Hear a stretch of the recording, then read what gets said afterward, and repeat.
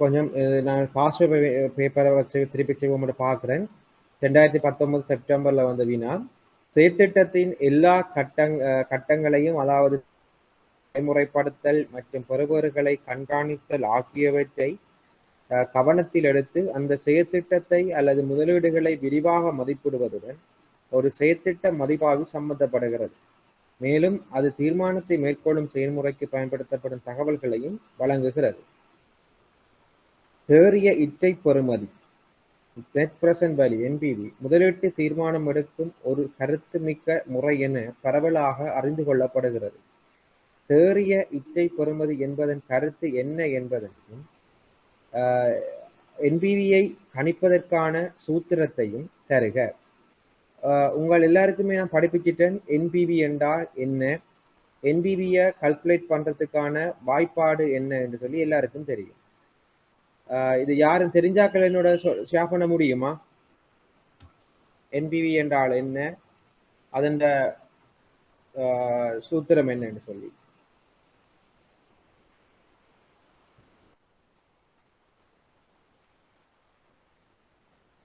Hello hello, யாரும் கலைக்கிறீங்கல்ல? NPV Saman F into 1 plus I முழுவதின் என்ன மடக்கு. என்றால் என்ன மீனிங்? என்பிவி என்றால் என்ன? நெட் பிரசன்ட் வேல்யூ என்றால் என்ன மீனிங்? வரவிலக்கணம். ஒரு சேர்த்துட்ட காசு உட்பாய்ச்சலின் இற்றைய பெறுமதிக்கும் காசு வெளிப்பாய்ச்சலினுடைய இற்றைய பெறுமதிக்கும் இடையிலான வித்தியாசம் என்பிவி என்று சொல்லப்படும். இந்த என்பிவி ஆனது 0 விட குறைவாக இருந்தால் ஒரு ப்ராஜெக்டை நீங்க ஏற்றுக்கொள்வீங்களா, அல்லது 0 விட அதிகமாக இருந்தால் பிளஸ்ல பாசிட்டிவா இருந்தால் அந்த ப்ராஜெக்டை ஏற்றுக்கொள்வீங்களா? என்பிவி என்பது காசு உட்பாய்ச்சலின் இற்றைய பெறுமதிக்கும் காசு வெளிப்பாய்ச்சலின் இற்றைய பெறுமதிக்கும் இடையிலான வித்தியாசத்தை தான் நாங்கள் என்னென்னு சொல்றோம்? என்பிவி என்று சொல்றோம். ஸோ என்ற கேள்வி என்னென்றால், நெட் பிரசன்ட் வேல்யூ மைனஸ்ல வந்தா ஏற்றுக்கொள்வீங்களா, அல்லது என்பிவி பிளஸ்ல வந்தா ஏற்றுக்கொள்வீங்களா? எல்லாம் படிப்பிச்சாச்சு ஆல்ரெடி உங்களுக்கு படிப்பு. சாரி, 0 விட கூடுதலா வந்தா ஏற்றுக்கொள்ள முடியும். 0 விட கூட வந்தா ஏற்றுக்கொள்ள முடியும். அப்ப முதலாவது வினாக்கு உங்களோட விடை அளிக்க முடியும் தானே? என்ன கேள்வி? தேறிய இற்றைய பெறுமதி என்றால் என்ன, என்பிவியை கணிப்பதற்கான சூத்திரம், அதாவது future value divided by 1 plus R இன் எண்ணாம் அடுக்கு. அப்படி இல்லாட்டி என்ன செய்யலாம்? Future value into 1 plus R இன் எண்ணாம் அடுக்கு, அதாவது எதிர்கால பெறுமதியை கழிவிடல் காரணியால பெருக்குகின்ற பொழுது வருவதுதான் இற்றைய பெறுமதியாக இருக்கும். சரிதானே? ரைட். இப்ப 2வது கேள்வி தாராங்க.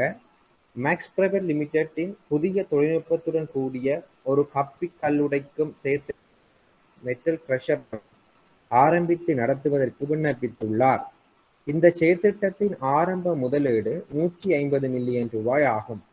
அது 50% பங்கு உரிமை மூலதனத்தையும் 50% மதிப்பு வாய்ந்த வங்கியிடமிருந்து பெறப்பெற்ற கடனையும் கொண்டுள்ளது.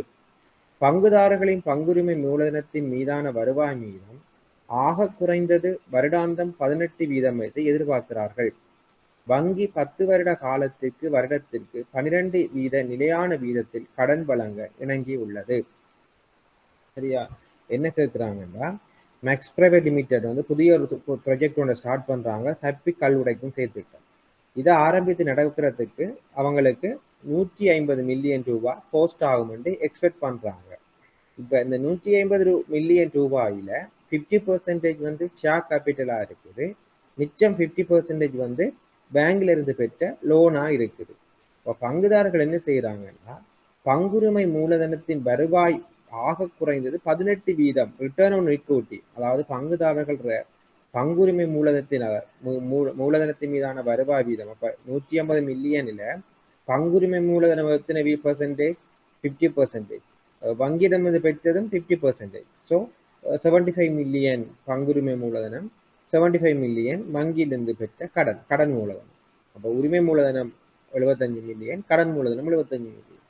ஸோ பங்குதாரர்கள் எதிர்பார்க்கிறாங்க என்னன்னு, பங்குதாரர்கள் பங்குரிமை மூலதனத்திலிருந்து ஆக குறைந்தது வருடாந்தம் 18% எதிர்பார்க்கிறாங்க. அப்ப அவங்க 75 மில்லியன் ரூபாய் இன்வெஸ்ட் பண்ணினால அவங்களுக்கு வருடாந்தம் 18% ரிட்டர்ன் கிடைக்க வேண்டும் என்று எதிர்பார்க்கிறாங்க.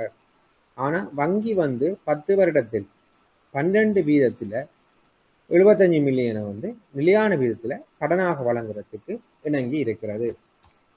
அப்ப 5 வருடங்களில் எதிர்வு கூறப்பட்ட காசு பாய்ச்சல்கள் வருமாறுகள் தந்திருக்கிறாங்க. சரியானே? அப்ப 5 வருடங்கள்ல அவங்க எதிர்பார்க்கிற காசு பாய்ச்சலை தாராங்க.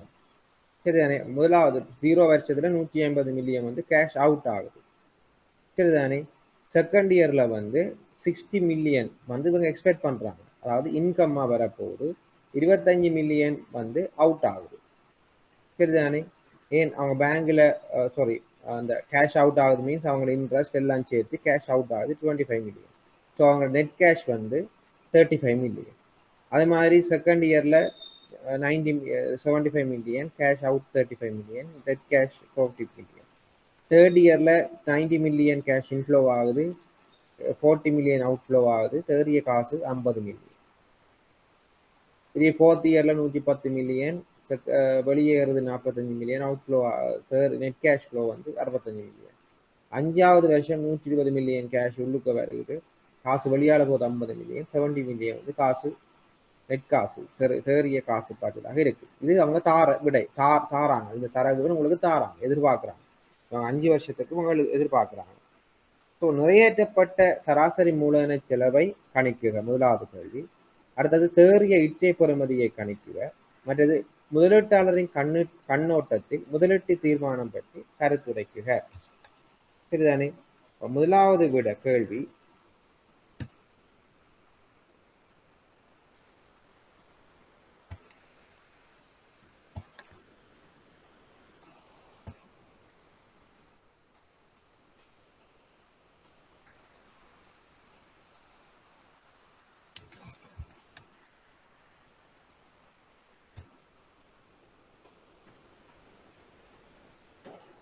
சரிதானே? அப்ப உங்களுக்கு தெரியணும், முதலாவது கேள்வி நிறைவேற்றப்பட்ட சராசரி மூலதன செலவை கணிக்குக. அப்போ நிறைவேற்றப்பட்ட சராசரி மூலதன செலவுன்னு பார்க்கக்குள்ள ஃபண்டிங் சோர்ஸ் பேங்க்ல இருந்து 50%, அடுத்தது இக்விட்டி இவங்களோட உரிமை மூலதனமாக பங்குதாரர்கள் தங்களோட பங்களிப்பு செய்யறாங்க 50%. அப்ப இக்விட்டி இவங்க எக்ஸ்பெக்ட் பண்றாங்க எவ்வளவு ரிட்டர்ன் கிடைக்கணும்னு சொல்லி 18% ரிட்டர்ன் கிடைக்கணும்னு எக்ஸ்பெக்ட் பண்றாங்க. சரியானே? அதே போல உரிமையாளர் பேங்க்ல லோன் எடுத்தபடியினால பேங்க் எத்தனை விதத்துல கடன் வழங்க இணங்கி இருக்குது, 12%ல கடன் வழங்க கொடுக்கறதுக்கு இணங்கி இருக்கிறது. ஸோ அப்ப வெயிட்டட் அவரேஜ் கேபிட்டல் எவ்வளவுன்னு சொல்லி நாங்க பார்க்க வேணும். சரிதானே? அப்ப டோட்டலா 100 வீதத்துல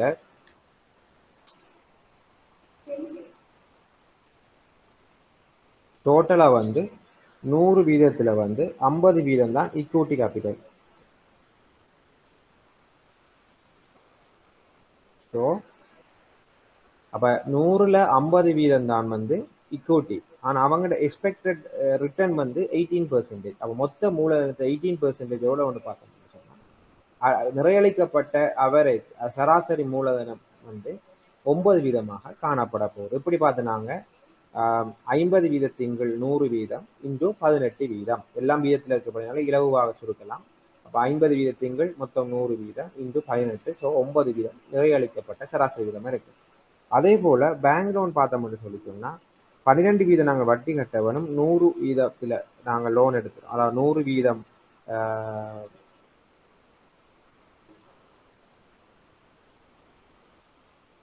100 வீதம் டோட்டல் ப்ராஜெக்ட் கோஸ்ட்ல 50 வீதம் பேங்க்ல லோன் எடுக்கிறோம். ஆனா வங்கிக்கு அதாவது வங்கிக்கு நாங்கள் கட்ட வேண்டி இருக்கிறது 12% இன்ட்ரெஸ்ட். ஸோ அதனால எங்களுக்கு நிறைவேற்றப்பட்ட சராசரி வீதம் மூலதன சராசரி வீதம் 6 வீதம். சரி, எப்படி பார்த்தினாங்க 50 வீதத்தின்கள் 100 வீதம் இன்று 12 வீதம். அப்ப நிறைவேற்றப்பட்ட சராசரி மூலதன வீதம் 6 வீதம். ஆகவே மூலதனம் பங்குரிமையாளர் மூலதனத்தால நிறைவேற்றப்பட்ட சராசரி மூலதன வீதம் 9 வீதம். வங்கி கடனால வந்த நிறைவேற்றப்பட்ட சராசரி மூலதன வீதம் வந்து 6 வீதம். ஆகவே மொத்தமாக கூட்டினா நிறைவேற்றப்பட்ட சராசரி மூலதன வீதம் வந்து இந்த கல்குலேஷன் விளங்கிட்டாப்புலையே நிறைவேற்றப்பட்ட சராசரி மூலதன வீதம் கண்டுபிடிச்சது விளங்கிட்டா? ஹலோ ஹலோ பிரபாகரன், உங்களுக்கு விளங்கிட்டா? Prabhakaran, Hariharan, hello okay sir. கிளியரா விளங்கிட்டா? ஓ ஓகே. ரெண்டாவது கேள்வி என்ன கேட்டிருக்கிறாங்க, என்பிவியை கால்குலேட் பண்ண வேணும் என்று சொல்லி கேட்டிருக்கிறாங்க. அப்போ என்பிவியை கால்குலேட் பண்ண உங்களுக்கு தெரியும் கேஷ் ஃப்ளோ பார்க்கணும், கேஷ் இன்ஃப்ளோ பார்க்கணும். ஸோ எங்களுக்கு கேஷ் இன்ஃப்ளோவும் தெரியும், கேஷ் அவுட் ஃப்ளோவும் தெரியும். அப்போ தேறிய காசு பாய்ச்சல் எங்களுக்கு தந்திருக்காங்க, வினாவிலே தந்திருக்கிறாங்க. சரியா? அப்போ தேறிய காசு பாய்ச்சல் வந்து ஒவ்வொரு வருஷத்துக்கும் தந்திருக்கிறாங்க. ஃபர்ஸ்ட் இயர் 0 இன்வெஸ்ட் பண்றதுல 150 மில்லியன் வெளியால போகுது. ஃபர்ஸ்ட் இயர்ல 35 மில்லியன் தேறிய cash flow, 60 million cash inflow ஆனா 25 மில்லியன் கேஷ் அவுட் ஃப்ளோ ஆகுது ஃபர்ஸ்ட் இயர்ல. ஸோ தேறிய காசு வந்து 35 மில்லியன் தான் எங்கட கையில வரப்போகுது. அதே மாதிரி செகண்ட் இயர்ல 75 மில்லியன் இன்ஃப்ளோ ஆனா 35 மில்லியன் தான் அவுட் ஃப்ளோ ஆகுது. So net cash flow 40 million. அதே மாதிரி 90 மில்லியன் கேஷ் இன்ஃப்ளோ ஆனா அவுட் ஃப்ளோ ஆகுது 40 million. So net cash flow 50 million. Cash inflow ஆகுது ஃபோர்த் இயர்ல 110 மில்லியன், கேஷ் அவுட் ஆகுது 45 million. So net cash flow வந்து 65 மில்லியன். அதே மாதிரி ஃபிஃப்த் இயர்ல பார்த்தோம்னா 120 மில்லியன் கேஷ் இன்ஃப்ளோ ஆகுது, வெளியாகுது 50 million. So net cash flow 70 million. So எங்களுக்கு என்பிவி கால்குலேட் பண்ணக்குள்ள உங்களுக்கு தெரியும் தேறிய காசு பாய்ச்சல் எவ்வளவு வந்து சொல்லி தருவாங்க. ஸோ அந்த தேறிய காசு பாய்ச்சல் எங்களுக்கு இந்த வினாவில் தந்திருக்குறாங்க. அது தேறிய நெட் கேஷ் ஃப்ளோ தந்திருக்குறாங்க. ஆகவே பூஜ்ஜிய வருஷத்திலேயே 180 மில்லியன் அவுட் ஃப்ளோவாக காட்டுது. ஏன் நாங்கள் முதலீடு செய்கிறோம், ஸோ காசு வெளியால போகுது. அவ 180 மில்லியனை முதலீடு செய்யறதால எங்களுக்கு ஃபர்ஸ்ட் இயர்ல வர நெட் கேஷ் ஃப்ளோ எவ்வளவு? 35 மில்லியன். செகண்ட் இயர்ல 40 மில்லியன், தேர்ட் இயர்ல 50 மில்லியன், ஃபோர்த் இயர்ல 65 மில்லியன், ஃபிஃப்த் இயர்ல 70 மில்லியன். இதுதான் தேறிய காசு பாய்ச்சலாக இருக்க போகுது. ஸோ இந்த தேறிய காசு பாய்ச்சலை நாங்க என்பிவி கால்குலேஷனுக்கு பயன்படுத்த போறோம்.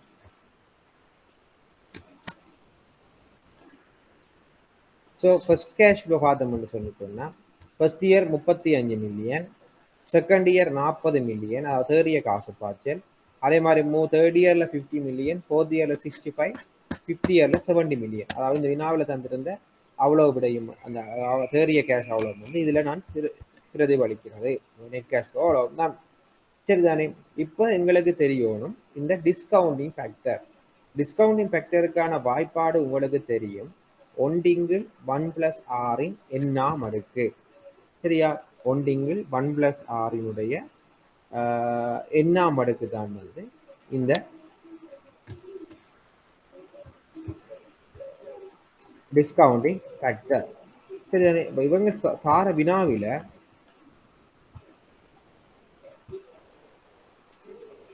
அதாவது இதை கேட்குறாங்க,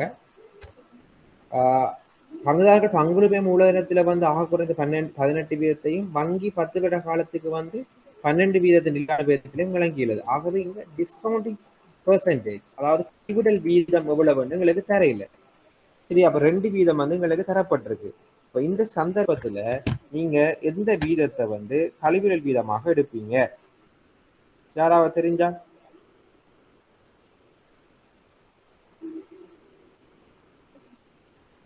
பதினஞ்சு வீதம். 15 வீதமா? வேற யாரும்?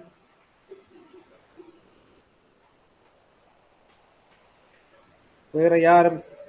வேற விட இருந்தால் யாராவது?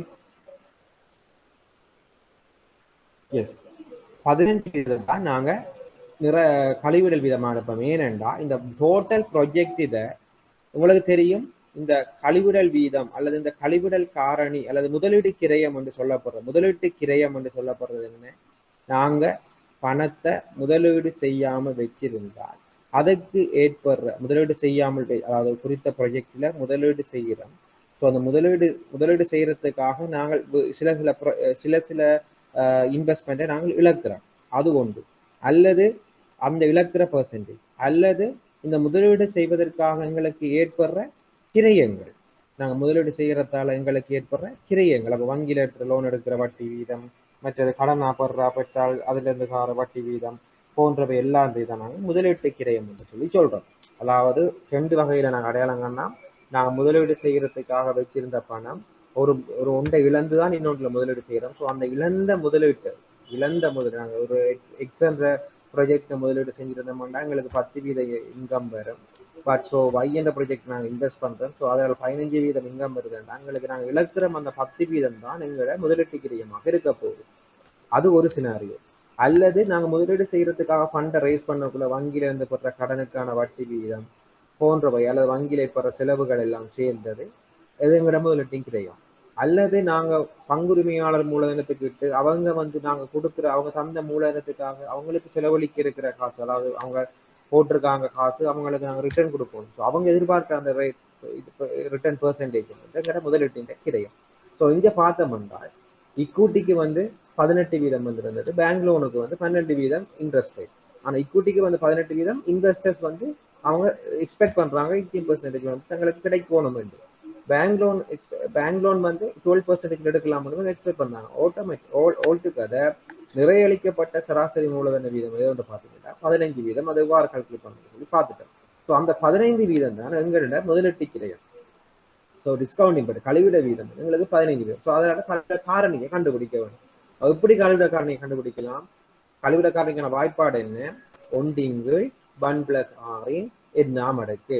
ஸோ 1/1+r, ஆருக்கு பதிலாக நாங்கள் எதை போடுவோம்? இப்போ 15%, அதாவது 0.15 எண்ணாம் அடுக்கு. அப்போ பார்த்தோம்னா எங்களுக்கு டிஸ்கவுண்டிங் ஃபேக்டர் எவ்வளவு வரும்? ஃபர்ஸ்ட் இயருக்கு 0.8695.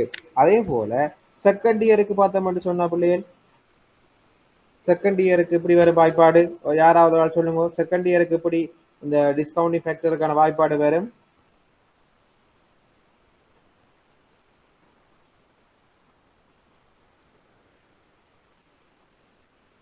செகண்ட் இயருக்கு எப்படி பிள்ளைகள் வாய்ப்பாடு வரும்?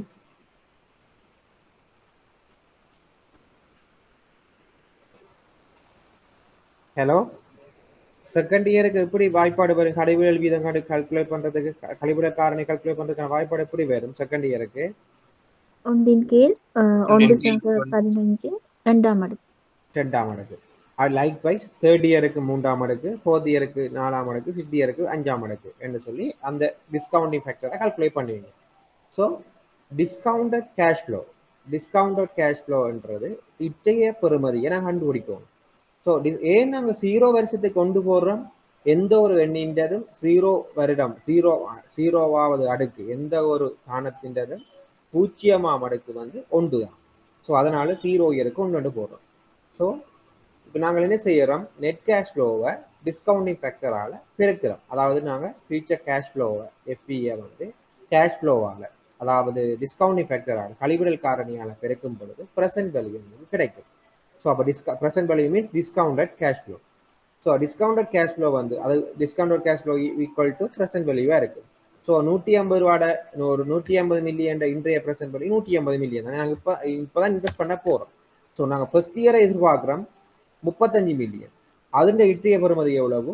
30.43 மில்லியன். அது எப்படி வந்தது? இந்த நெட் கேஷ் ஃப்ளோ 35 மில்லியனை இந்த டிஸ்கவுண்டட் கேஷ் ஃபேக்டரால பெருக்கும் பொழுது இந்த 30.43 வந்தது. சரியா? அதாவது வாய்ப்பாடு உங்களுக்கு தெரியும். ப்ரெசென்ட் வேல்யூக்கு future value into discounting factor. சரியா? கழிவிடல் காரணியை எதிர்கால பெறுமதியால் பெருக்கும் பொழுது எங்களுக்கு தற்கால பெறுமதி ப்ரெசென்ட் வேல்யூ இன்றைய பெறுமதி கிடைக்கும். ஸோ இங்கே net cash flow future value 35 million, first இயருக்குரிய டிஸ்கவுண்டட் ஃபேக்டர் 0.8695. ஸோ 35 0.8695 பெருக்கும் பொழுதும் டிஸ்கவுண்டட் கேஷ் ஃப்ளோ, அதாவது ப்ரெசென்ட் வேல்யூ 30.43. அதாவது ஃபர்ஸ்ட் இயர்ல கிடைக்கிற 35 மில்லியனுடைய இன்றைய பெறுமதி 30.43 மில்லியன். செகண்ட் இயர்ல எவ்வளவு கிடைக்குது? 40 மில்லியன் கிடைக்குது. அதுக்குரிய டிஸ்கவுண்டட் ஃபேக்டர், அதாவது கழிவிட காரணி 0.756. ஆகவே செகண்ட் இயர்ல அந்த 40 மில்லியன் இன்டு 0.756 பெருக்கும் பொழுது வருகிற விடை 30.24. அதாவது 2 வருடத்தில் நாங்கள் எதிர்பார்க்கிற 40 மில்லியனுடைய இன்றைய பெறுமதி, தற்காலத்தின் பெறுமதி 30.24 மில்லியன் காணப்படும். Likewise 50 million net cash flow third இயரில் கிடைக்குது. அதுக்கான டிஸ்கவுண்டட் கேஷ் ஃப்ளோ வந்து 0.6575. ஸோ அதிൻ്റെ தற்கால பெறுமதி பார்த்தோம்னா நெட் கேஷ் ஃப்ளோவை டிஸ்கவுண்டட் ஃபேக்டரால் பெருக்கும் பொழுது 32.87. அதாவது 50 மில்லியனுடைய இன்றைய பெறுமதி 32.87. ஸோ அடுத்து ஃபோர்த் இயரில் 65 மில்லியன் வரும் என்று எதிர்பார்க்குறோம். ஸோ அதுக்கான டிஸ்கவுண்டிங் ஃபேக்டர் 0.5717. அதிൻ്റെ இன்றைய பெறுமதி ஃபோர்த் இயரில் நெட் கேஷ் ஃப்ளோ இன்றைய பெறுமதி 65 மில்லியன் இன்டு 0.6517. ஆகவே இன்றைய பெறுமதி 37.1 ஆகும். அதே போல் ஃபிஃப்த் இயரில் வந்து உங்களுக்கு 70 மில்லியன் நெட் கேஷ் ஃப்ளோ வரும் என்று எதிர்பார்க்கிறோம். Discounted cash flow 0.4971. அதாவது இப்படி வந்து 0.4971 ஒன்றிங்கு 1+6 5ஆம் அடுக்கு. அப்போ 1 டிவைடட் பை 1+6 வந்து 0.15 இன்டு 5ஆம் அடுக்கு. அதை பெருக்கினீங்க சுருக்கினீங்கன்னா விட வந்து 0.4971 வரும். அது டிஸ்கவுண்டிங் கழிவுடல் காரணியாக இருக்கும். ஸோ எதிர்கால காசு பார்த்து 70 மில்லியனை கழிவுடல் காரணியான 0.497 பெருக்கும் பொழுது வருகின்ற விடை தற்கால பெறுமதியாக இருக்கும். அதில் விடை 34.79. சரிதானே?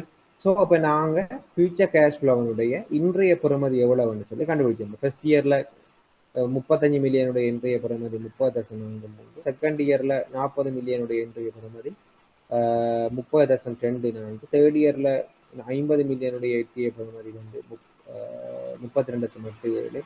65 மில்லியன் இன்றைய பெறுமதி 37.16. ஃபிஃப்த் இயரில் 70 மில்லியன் இன்றைய பெறுமதி 34.79. சரியா? இப்போ இந்த டிஸ்கவுண்டட் கேஷ் ஃப்ளோ அல்லது ப்ரெசன்ட் வேல்யூ கண்டுபிடிச்சது எல்லாருக்கும் விளங்கிட்டா? ஹலோ, ப்ரெசன்ட் வேல்யூ கண்டுபிடிச்சு விளங்கிட்டு தானே? ரைட். இப்போ எங்களுக்கு தெரியும் என்பிவிக்கான வாய்ப்பாடு என்ன. என்பிவிக்கான வாய்ப்பாடு என்ன பிள்ளைகள்? காசு உட்பாய்ச்சலினுடைய இச்சைய பெறுமதிக்கும் காசு வெளிப்பாய்ச்சலினுடைய இச்சைய பெறுமதிக்கும் இடையிலான ஒரு வித்தியாசம். சரியானே? ஹலோ, என்பிவி வரவிலக்கணம் என்ன பிள்ளைகள் சொல்லுங்க. காசு உட்பாய்ச்சலின் இன்றைய பெறுமதிக்கும் காசு வெளிப்பாய்ச்சலின் இன்றைய பெறுமதிக்கும் இடையிலான வித்தியாசம். ஸோ காசு உட்பாய்ச்சலினுடைய இச்சைய பெறுமதி எவ்வளவு? இப்போ மொத்தம் ஃபர்ஸ்ட் இயரில் பார்த்தீங்கன்னு சொல்லி சொன்னால் எவ்வளோ வருகிறது? 30.43. அதாவது இச்சைய பெறுமதி 35 மில்லியனுடைய இச்சைய பெறுமதி. செகண்ட் இயர் 40 மில்லியனுடைய இச்சைய பெறுமதி எவ்வளவு? 30.24. அதான் டிஸ்கவுண்டட் கேஷ் ஃப்ளோன்னு தாரோம். தேர்ட் இயரில் 50 மில்லியன் இச்சைய பெறுமதி எவ்வளவு? 32.87. ஃபோர்த் இயரில் 65 மில்லியன் இச்சைய பெறுமதி எவ்வளவு? 37.16. ஃபிஃப்த் இயரில் 70 மில்லியன் இட்டிய பெறுமதி எவ்வளவு? 34.70. அதைத்தான் நாங்கள் டிஸ்கவுண்டட் கேஷ் ஃப்ளோ. இட்டிய பெறுமதி காரணம்னா கழிவு காரணி இல்லாமல் அதை கண்டுபிடிக்க இயலாது. ஸோ இப்போ எங்களுக்கு மொத்தமாக இந்த ஃபர்ஸ்ட் இயர்ல இருந்து ஃபிஃப்த் இயர் வரைக்கும் தான் காசு உட்பாயுது. 0 இயரில் காசு வெளிப்பாயுது. நாங்கள் இன்வெஸ்ட் பண்ணுற இயர் வந்து 0 இயர் எடுக்கிறோம். அதாவது இன்வெஸ்ட் பண்ணுற வருஷத்தை 0 இயர் எடுக்கிறோம். அதுக்கு பிறகு வர வருஷத்துல இருந்தால் நாங்கள் கேஷ் இன்ஃப்ளோவை கால்குலேட் பண்ணுறோம். ஸோ ஃபர்ஸ்ட் இயர்ல இருந்து ஃபிஃப்த் இயர் வரைக்கும் எங்களுக்கு கிடைக்கிற காசின் உட்பாய்ச்சலினுடைய இச்சைய பெறுமதி 165.49 மில்லியன்.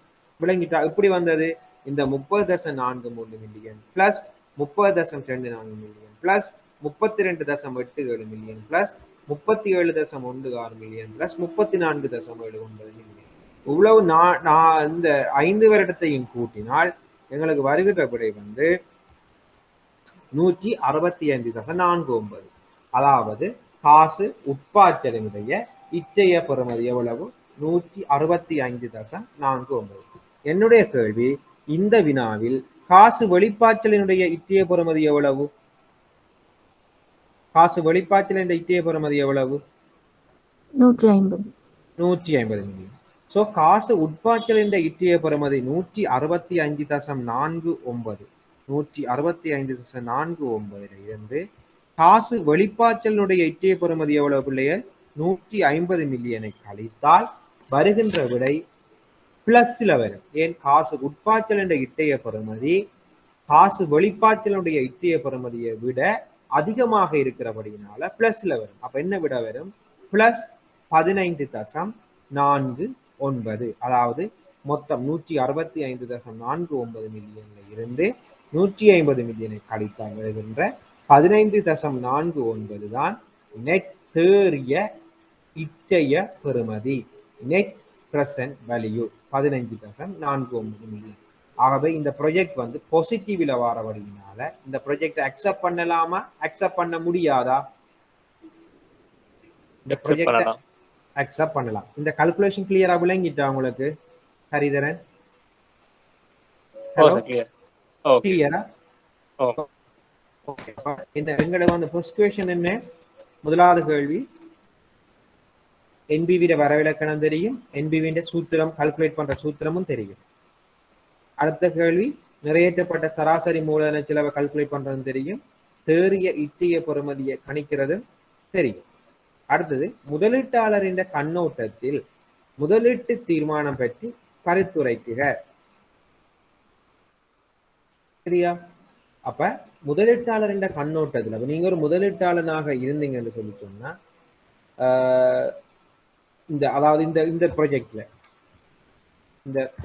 வந்து 50% அவங்க தந்த ப்ராஜெக்ட்ல வந்து 50% வந்து ஈக்விட்டியாகவும் 50% வந்து கடனாகவும் இருக்கிறது. ஸோ அப்போ முதலீட்டாளர் வந்து 50% வந்து கண்ட்ரிபியூட் பண்ணிருக்கிறாங்க.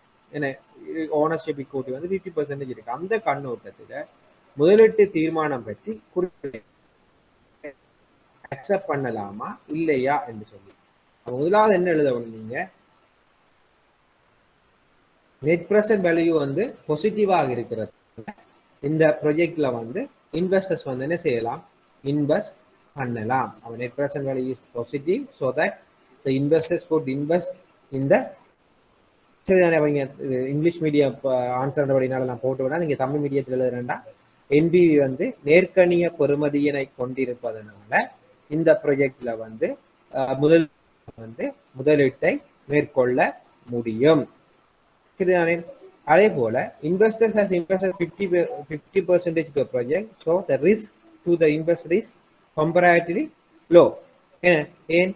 அதாவது முழுமையான மூலதனத்தை வந்து இங்க வந்து இன்வெஸ்டர்ஸ் போட இல்லை.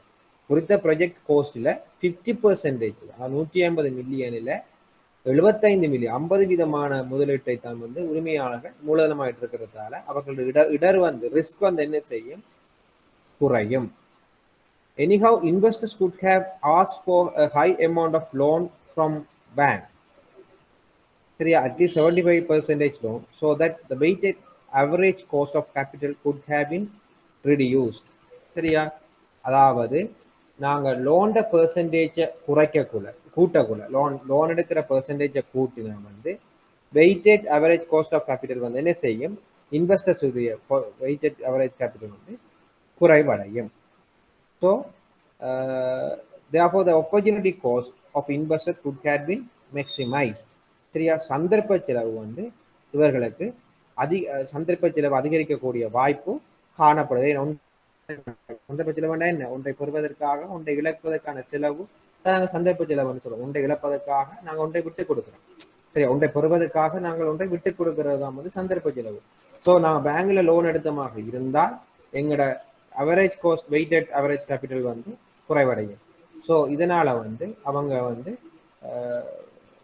ஆப்பர்ச்சுனிட்டி காஸ்ட் வந்து மேக்சிமைஸ் உயர்ந்த ஆட்டத்தில் தோன்றதுக்கான வாய்ப்பு காணப்படுகிறது.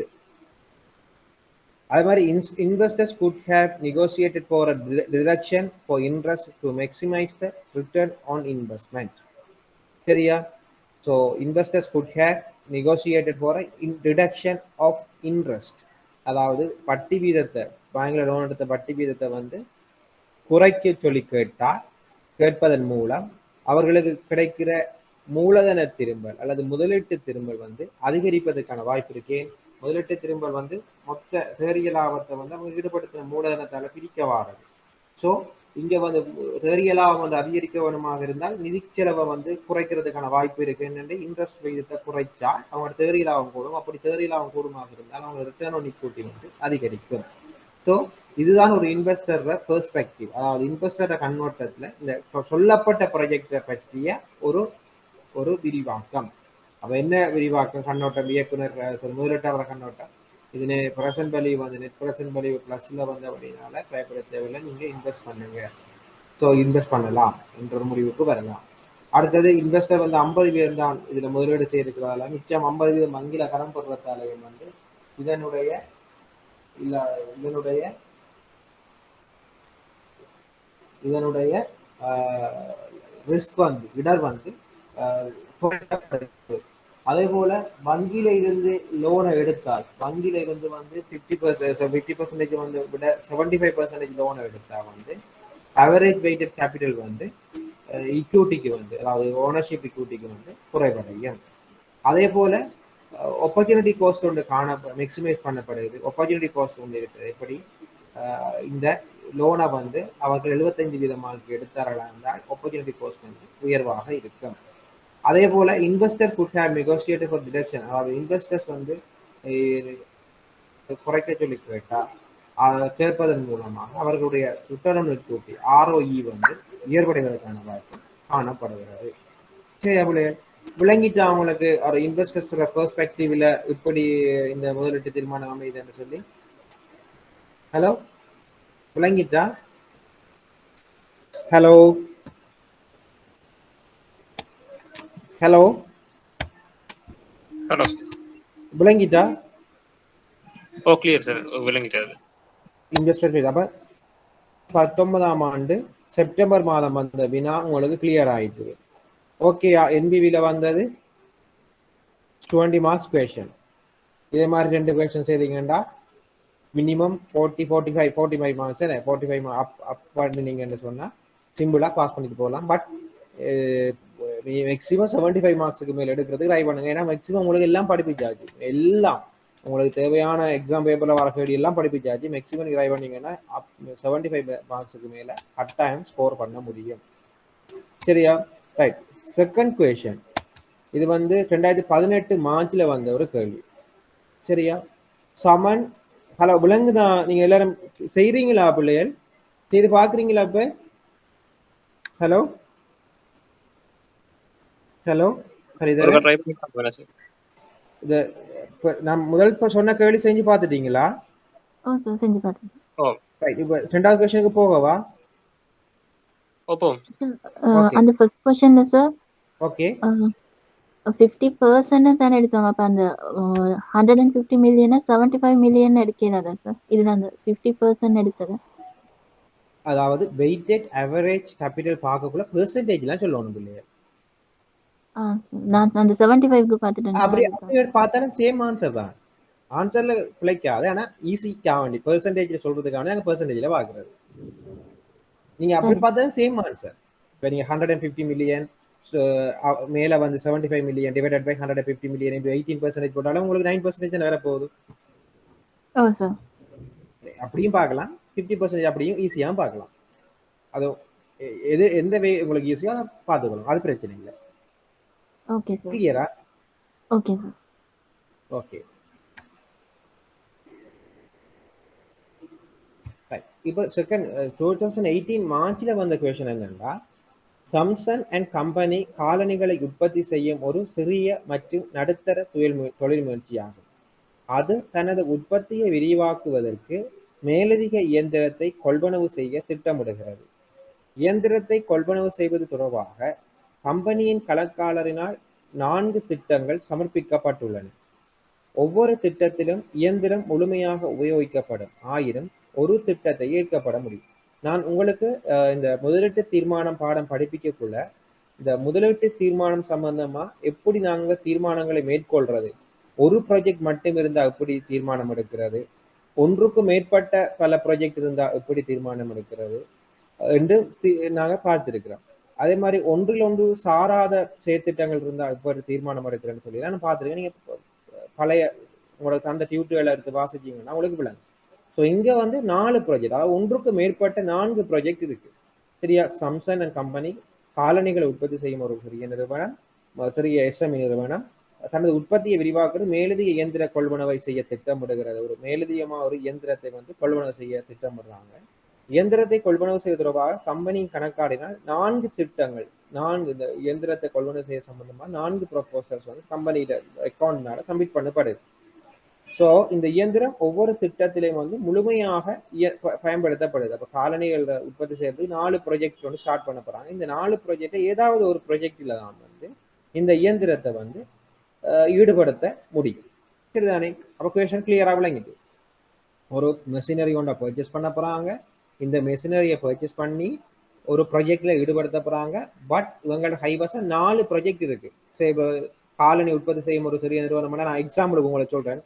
ஒரு கிட்ஸுக்குரிய ஃபுட் வேரை உற்பத்தி செய்கிற ப்ராஜெக்டா இருக்கலாம், அல்ல ஜென்ஸுக்குரிய ஃபுட் வேர், அல்ல லேடிஸுக்குரியது, அதே மாதிரி ஓல்டு ஏஜ் ஆகலுக்குரிய வந்து 4 ப்ராஜெக்ட் நீங்க எடுத்துக்கொள்ளுங்களேன், உங்களுக்கு ஈஸியா விளங்குறதுக்கு. இப்படி 4 ப்ராஜெக்ட்.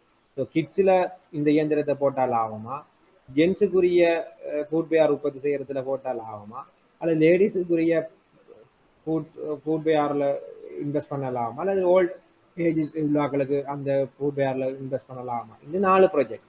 ஸோ இதில் எந்த ப்ராஜெக்டில் இந்த மிஷினரியை யூஸ் பண்ணுறேன், எக்ஸாம்பிளுக்கு சொல்கிறேன். இந்த கணக்கை நான் உங்களுக்கு இன்னும் கிளியர் ஆக்குறதுக்கு சொல்கிறேன். சரியா? ரைட். இப்போ இதில் பாருங்க, இந்த 4 ப்ராஜெக்ட்லையும்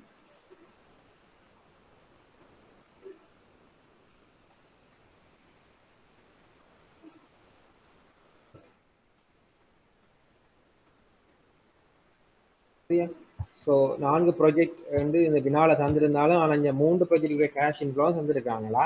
ஸோ அப்போ அது 3 ப்ராஜெக்டே எடுத்துக்கொள்ளுங்களா. மேலே வாங்க 4 ப்ராஜெக்ட் தந்தாலும் கீழே தார தகவல் வந்து 3 ப்ராஜெக்டுக்குரிய தகவல். ஸோ இப்படி சில நேரம் டைப்பிங் எரராக இருக்கலாம். எக்ஸாம் பேப்பரில் 4 ப்ராஜெக்ட் 3 ப்ராஜெக்ட் 4 ப்ராஜெக்ட் அவங்க இரணைய எஸ்டிமேஷன் பண்ணப்பட்டிருக்கலாம்.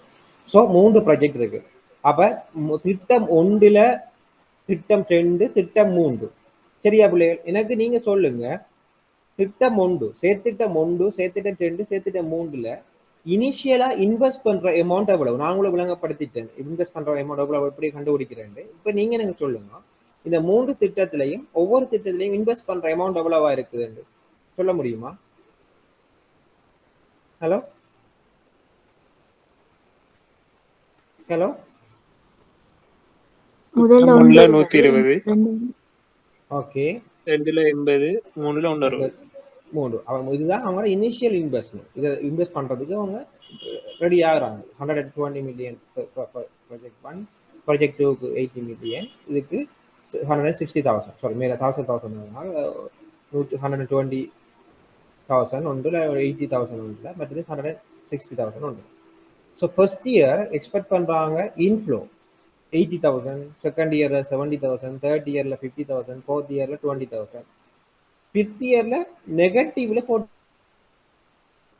காசு பாட்டு உட்பாடு, சாரி பட் ஃபிஃப்த் இயர்ல 40,000 மைனஸ்ல. சரியா? அதே மாதிரி திட்டம் 2ல 80 மில்லியன் அவுட்ஃப்ளோ ஆகுது, மற்ற எல்லாமே கேஷ் இன்ஃப்ளோ ஆகுது. திட்டம் 3ல கேஷ் அவுட்ஃப்ளோ ஆகுது 160 மில்லியன். ஃபிஃப்த் இயர்ல வந்து எல்லாம் ஹோல் டுகெதர் இன்ஃப்ளோவா தான் ஆகுது. பட் திட்டம் 1ல மட்டும்தான் 0 வருஷத்துலயும் மைனஸ்ல வந்து ஃபிஃப்த் இயர்லயும் மைனஸ்ல வருது. ஒன்று கேஷ் ஃப்ளோ, இதுல தேறிய காசு பாய்ச்சல் எல்லாம் தர இல்லை. ஸோ இங்க தந்திருக்கிறாங்க காசு பாய்ச்சல், கேஷ் ஃப்ளோவை மட்டும் தான் தந்திருக்கிறாங்க. ஆனா ஃபிஃப்த் இயர்ல -40 மில்லியன் என்றா சில வேளைகளை நட்டமாகவும் இருக்கு. சரியா? 40 மில்லியன்ன்றது ஒரு மைனஸ் வார அப்படின்னால நட்டமா இருக்கு. ஃபிஃப்த் இயர்ல நட்டம் பெறும் எக்ஸ்பெக்ட் பண்ணலாம். அதாவது கேஷ் அவுட்ஃப்ளோ தான் நட்டம் என்றால். சரிதானே? அப்ப நான் ப்ராஜெக்ட் 1ல ஃபிஃப்த் இயர்ல 40,000 வந்து நட்டம் என்று எக்ஸ்பெக்ட் பண்றாங்க. ஸோ மற்ற ப்ராஜெக்ட் 2, 3ல வந்து எல்லாம் நட்டம் இல்லை, எல்லாமே ஃபர்ஸ்ட் 5 இயர்ஸ் வரைக்கும் ப்ராஃபிட் தான் கெயின் பண்ணலாம்னு எக்ஸ்பெக்ட் பண்றாங்க. இப்போ கம்பெனியோட மூலதன செலவு காஸ்ட் ஆஃப் கேபிட்டல் 10% என்று சொல்றாங்க. அப்போ நான் ஏற்கனவே உங்களுக்கு முதலாவது வினாவிலேயே சொன்னால் இந்த காஸ்ட் ஆஃப் கேபிட்டல் வந்து எப்படி கால்குலேட் பண்றேன்னு சொல்லி. ஸோ இவங்க தாராங்க இந்த கம்பெனியோட மூலதன செலவு வந்து காஸ்ட் ஆஃப் கேபிட்டல் வந்து 10%, இதை கழிவிடல் வீதம் என்று நாங்கள் சொல்லலாம். இப்போ முதலாவது வந்து மீள் செலுத்துகை காலம் எனும் பதத்தை வரையறுக்குக, அத்துடன் ஒவ்வொரு திட்டத்தினதும் மீள் செலுத்துகை காலத்தை கணிக்குக. சரியா? இப்ப உங்களுக்கு மீள் செலுத்துகை காலம் நான் படிப்பிச்சுட்டு, யாராவது ஐடியா இருக்கா மீள் செலுத்துகை காலம் என்றால் என்ன என்று சொல்றதுக்கு? நான் ஒரு 2-3 கிளாஸுக்கு முதல் மீள் செலுத்துகை காலம் எல்லாம் படிப்பிக்கிறேன். மீள் செலுத்துகை காலம் என்றால் என்னன்னு உங்களுக்கு யாராவது ஐடியா இருக்கா? ஹலோ ஹலோ மீள் செலுத்திய காலம் என்றால் என்ன சொல்ல முடியுமா யாராவது? ஹலோ நாங்க ஆரம்பிச்ச ஒரு முதலீடு அது வந்து ஓகே. எங்களுக்கு அடுத்தடுத்த வருடங்கள தார அந்த அவுட் இன்கம். அதாவது நாங்க போட்ட முதலீடு மீள் செலுத்திய காலம் என்பது என்னன்னா, நாங்க போட்ட முதலீடு ஒரு செயற்திட்டத்துக்கு முதலீடு செய்யப்பட்ட முதலீட்டு தொகையானதை திரும்ப மீள பெற எடுக்கும் காலம். விளங்கிட்டா? நாங்க ஒரு ப்ராஜெக்டுக்கு இன்வெஸ்ட் பண்ணின தொகையை திரும்ப மீள பெற எடுக்கும் காலம் தான் வந்து என்ன, பேபேக் பீரியட், மீள் செலுத்தும் காலம். நாங்கள் ஒரு ப்ராஜெக்டுக்கு இன்வெஸ்ட் பண்ணியிருக்கிறோம். சரி, எக்ஸாம்பிளுக்கு சொல்றேன். நீங்க ஒரு ப்ராஜெக்ட்ல 1000 ரூபாய் இன்வெஸ்ட் பண்ணியிருக்கீங்க, சரியா? ஒவ்வொரு வருஷமும் நீங்க எக்ஸ்பெக்ட் பண்றீங்க 100 ரூபாய் உங்களுக்கு ரிட்டர்ன் கிடைக்கும். வந்து கேஷ் ஃப்ளோ வந்து ஒரு லாபம் வந்து 100 ரூபாய் கிடைக்கும். நீங்க 1000 ரூபாய் இன்வெஸ்ட் பண்ணிருக்கீங்க, உங்களுக்கு 100 ரூபாய் கிடைக்கும் என்று நீங்க எதிர்பார்க்குறீங்க ஒவ்வொரு வருஷம். உங்களுக்கு எத்தனை வருஷத்துல நீங்க போட்ட காசு 1000 ரூபாய் கிடைக்கும்? ஹலோ ஹலோ விளங்கிட்ட நான் கேட்டது கேள்வி? ஹலோ ஹலோ நான் கேட்ட கேள்வி விளங்கிட்டா? ஹலோ ஹலோ நான் கேட்ட கேள்வி விளங்கினதா? ஹலோ கேள்வி விளங்குது ஹலோ சார். விளங்கல? கேள்வி விளங்குது சார். அதான் நான் சும்மா எக்ஸாம்பிளுக்கு கேட்டேன். உங்கள்ட்ட ஒரு ப்ராஜெக்ட்ல 1000 ரூபாய் இன்வெஸ்ட் பண்றீங்க, வருஷத்துக்கு 100 ரூபாய் கேஷ் ஃப்ளோ இன்ஃப்ளோ வரும், நெட் ப்ராஃபிட் வரும் எதிர்பார்க்குறீங்க. நீங்க போட்ட முதலீட்டை திரும்ப பெறுவதற்கு இந்த சந்தர்ப்பத்தில் எடுக்கும் காலம் எத்தனை வருஷங்களை நீங்க போட்ட முதலீட்டை திருப்பி பெறுவீங்க? 10 வருஷம். 10 வருஷத்துல. எப்படி எப்படி பார்த்தீங்க?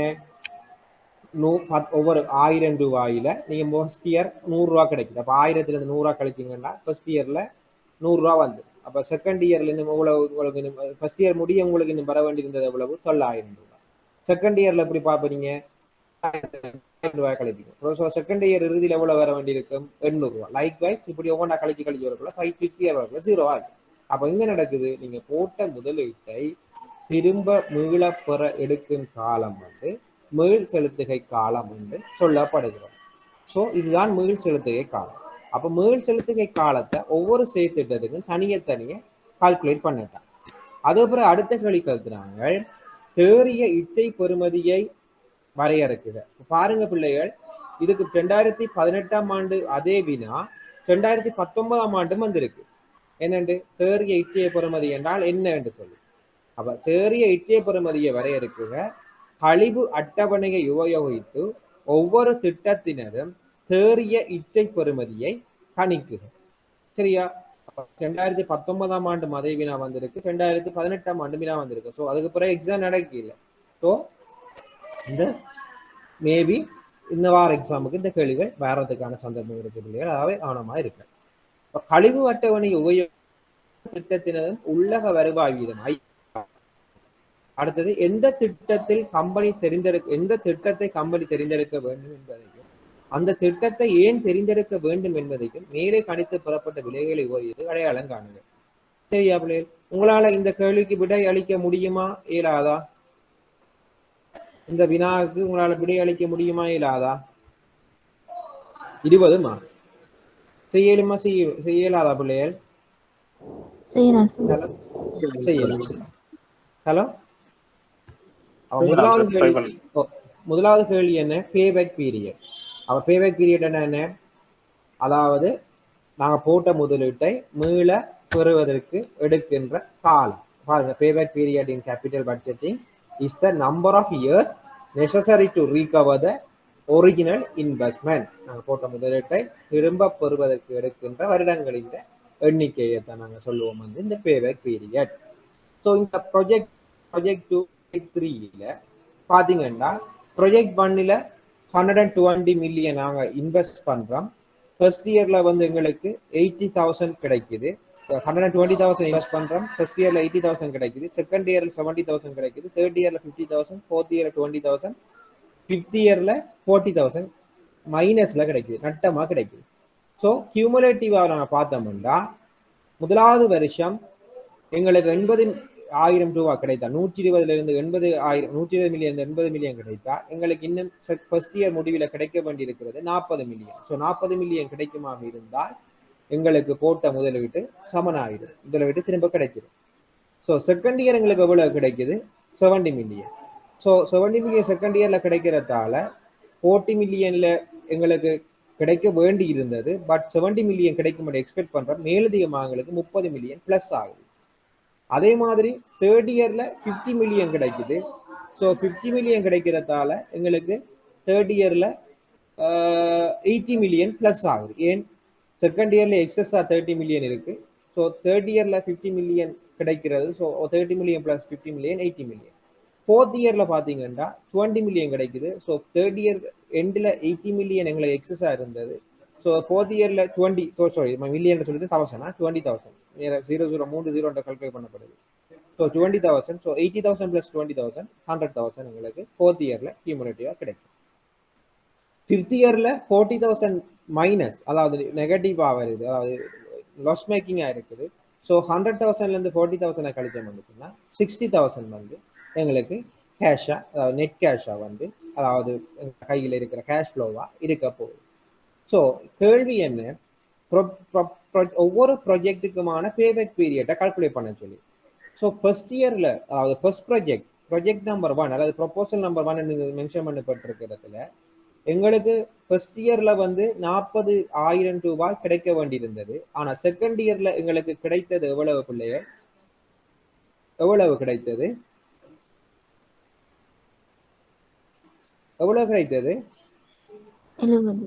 70 மில்லியன். ஸோ எங்களுக்கு உண்மையாக கிடைக்க வேண்டியது 40 மில்லியன், ஆனால் செகண்ட் இயர்ல எங்களுக்கு கிடைத்தது 70 மில்லியன். ஸோ நாங்க என்ன செய்யலாம் பிள்ளைகள்? எங்களுக்கு 40 மில்லியன் கிடைக்க வேண்டிய இடத்துல தான் 70 மில்லியன் கிடைச்சிருக்கு. ஸோ அது எத்தனை செகண்ட் இயர் ஃபுல் இயருக்கும் எங்களுக்கு கிடைச்சிருக்கு, அதாவது 365 நாட்களுக்குமாக எங்களுக்கு கிடைச்சிருக்கு 70 மில்லியன். எங்களுக்கு எவ்வளவு கிடைக்கணும் பிள்ளைகள்? 40 மில்லியன் கிடைக்கணும்.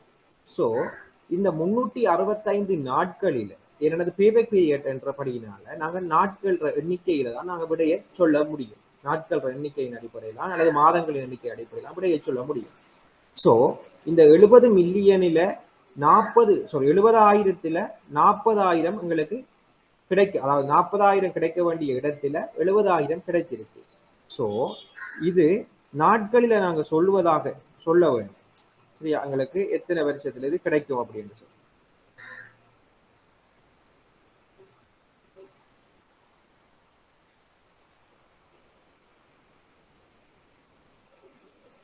சரியா? ஆகவே நாங்க இதை எப்படி நாங்க செய்யலாம் என்று சொன்னா, எங்களுக்கு 12 மாதம், மொத்தமாக 12 மாதத்திலேயே 70,000 ரூபாய் எங்களுக்கு கிடைக்கப்படுகிறதுனால நாங்க இதை மாதத்துல நாங்க சொல்ல முடியும். இந்த 70,000 12 மாதத்துக்குள்ள இந்த 40,000 ரூபாயும் உள்ளடங்கி இருக்கிறது. ஸோ நாங்க என்ன செய்யலாம்? இந்த 40 டிவைடட் பை 70 இன்டு 12 நாங்க மாதத்துல கணக்கு சொல்லலாம். அப்படி இல்லாட்டி 40 டிவைடட் பை 70, ஏன் 70 மாதத்துல 70,000 ரூபாயில 40,000 ரூபாய் உள்ளடக்கப்பட்டிருக்கிறதால அதை நாங்க தசமதானத்திலையும் வருடத்திலையும் சொல்லலாம். நீங்க எப்படி சொன்னாலும் விடை ஒன்றாகத்தான் இருக்கு.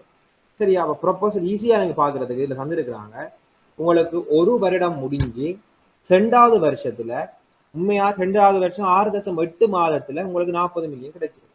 எப்படி பார்த்து நான் 40,000 ரூபாய் டிவைடட் பை 70,000 இன்டு 12, ஆகவே 6.8 மாதத்துல அந்த 70,000 இருக்கிற 40,000 வந்து 6.8 மாதத்துல வந்து உங்களுக்கு கிடைச்சிருக்கு.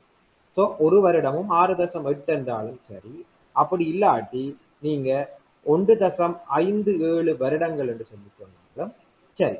ஆகவே எப்படி வந்தது? ஒரு வருடமும் 40 டிவைடட் பை 70 என்றால் 0.57. ஸோ ஒரு வருடமும் 1.1/7.57 ஆகவே 1.57 வருடங்கள்ல வந்து உங்களுக்கு தேவையான காசு கிடைக்கும். சரியா? அதுல மாதங்கள்ல கொடுக்கலாம் தானே? மாதங்களையும் கொடுக்கலாம், இஷ்யூ இல்லை. அதை கல்குலேட் பண்ணி வந்து 6 இந்த சொல்லி இந்த 1 வருடம் 6 மாதங்கள் அப்படி கொடுக்கலாம். 6 கொடுத்தாலும் இஷ்யூ இல்லை, எல்லாம் சரிதான். எப்படி நீங்க கொடுக்கலாம், பிரச்சனை இல்லை.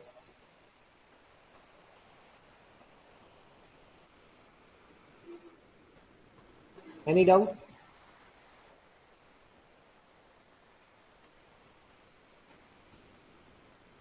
ஹலோ, 1.57 6 மாதம் என்றதும் கிட்டத்தட்ட சேம். என்ன 1.5 வருஷம் 1 வருடம் 6 மாதம் என்றது கிட்டத்தட்ட சேம். என்ன எல்லாம் ஒன்றுதான். ஹலோ, அதே மாதிரி ப்ரொபோசல் 2க்கு எப்படி பார்ப்பீங்க?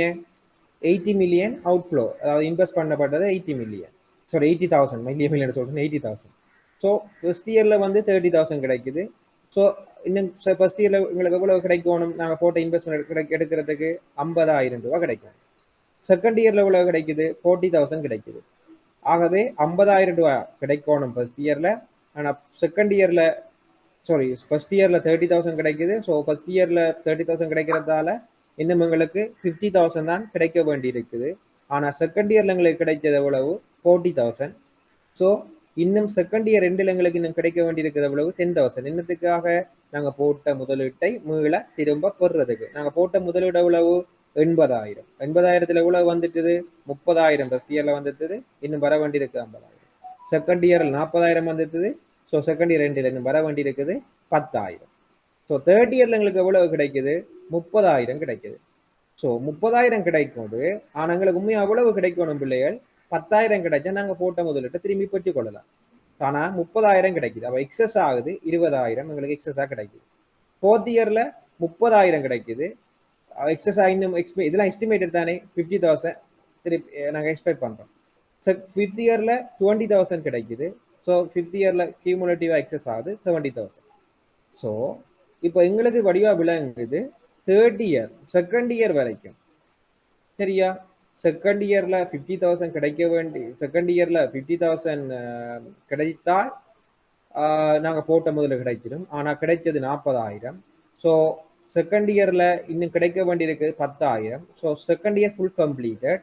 செகண்ட் இயர்ல 10,000 கிடைக்க வேண்டிய இடத்துல 30,000 கிடைக்கும் என்று எதிர்பார்க்கிறோம். ஸோ எங்களுக்கு என்ன நடக்க போகுது? 30,000க்குள்ள இந்த 10,000 இருக்குது. ஸோ என்ன செய்யலாம்? நாங்கள் 10 இங்கு 30 0.33 என்று சொல்லி பார்க்கலாம். அப்படி இல்லாட்டி இப்படி பார்க்கலாம். நீங்க 10,000 இங்கு 30,000 டிவைடட் 10,000 டிவைடட் பை 30,000 இன்டு 12, அதாவது 4 மாதங்கள் என்றும் சொல்லி பார்க்கலாம். ஆகவே தசமதத்தில் சொல்றேன்டா 3.33 இயர், அதாவது 1.3 வருடமும் 3.33 வருடத்தை நாங்கள் மாதங்களா சொல்றதாக இருந்தால் ஒரு வருடமும் 4 மாதங்களும் என்று சொல்லலாம். அவ்வாறு இல்லாட்டி வருடங்களை சொல்லுவதாக இருந்தால் 3.33 வருடங்கள்ல நாங்க போட்ட முதலானது மீள திரும்ப பெறலாம் என்று சொல்லலாம். சரியா பிள்ளைகள்? உங்களுக்கு விளங்கிட்டா? ஃபர்ஸ்ட் ப்ரொபோசல் 1 வந்து ஒரு வருடமும் 6 மாதத்துல போட்ட காசு திருப்பி கிடைக்கும். ப்ரொபோசல் 2 வந்து 3 வருடமும் 4 மாதத்துல திருப்பி கிடைக்கும். ப்ரொபோசல் 3 வந்து எப்படி பார்ப்போம்? அதே மாதிரி பார்க்கலாம். எவ்வளவு? 160 மில்லியன் நாங்கள் இன்வெஸ்ட் பண்றோம். ஃபர்ஸ்ட் இயர் 30,000 கிடைக்குது. 160,000 இன்வெஸ்ட் பண்றோம். 30,000 ஃபர்ஸ்ட் இயர் கிடைக்குது. ஸோ இன்னும் 1,30,000 கிடைக்க வேண்டியிருக்கு ஃபர்ஸ்ட் இயர்ல. செகண்ட் இயர்ல 60,000 கிடைக்குது. ஸோ இன்னும் கிடைக்க வேண்டியிருக்குது. ஒரு 130,000 60,000 கிடைச்சால் 70,000 இன்னும் கிடைக்க வேண்டியிருக்குது. ஆனா தேர்ட் இயர்ல எங்களுக்கு கிடைக்குது 80,000. ஆனா கிடைக்க வேண்டியது 70,000. ஸோ எக்ஸஸ் ஆகுது 10,000. ஃபோர்த் இயர்ல 80,000 கிடைக்குது. ஆனா கிடைக்க அங்க எக்ஸஸ் ஆகி ஆல்ரெடி இப்போ 10,000 இருக்கிறபடினால கியூமுலேட்டிவ் எக்ஸஸ் ஆகுது 90,000. ஃபிஃப்த் இயர்ல வந்து 60,000 கிடைக்குது. ஏற்கனவே 90,000 எக்ஸஸா இருக்குது. 60,000 150,000. ஸோ இங்க வந்து பார்த்தோம்னு சொன்னா செகண்ட் இயர் வரைக்கும் அந்த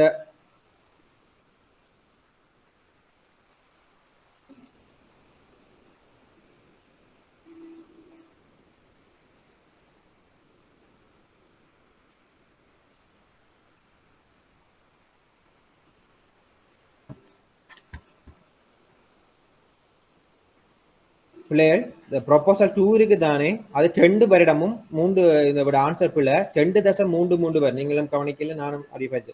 ஹலோ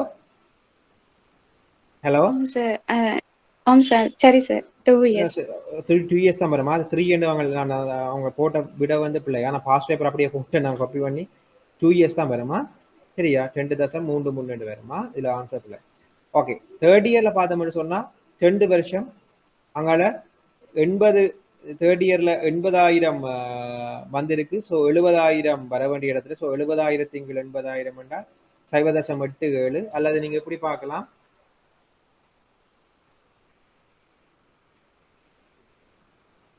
எழுபது ஆயிரத்தி டிவைடட் பை 80,000 இன்டு 12 என்றா கிட்டத்தட்ட 10.5 மாதங்கள் என்று வரும். அல்லது வருஷங்களை சொல்றேன்னு சொன்னா 2.87 வருடங்கள் என்று வரும். சரியானே?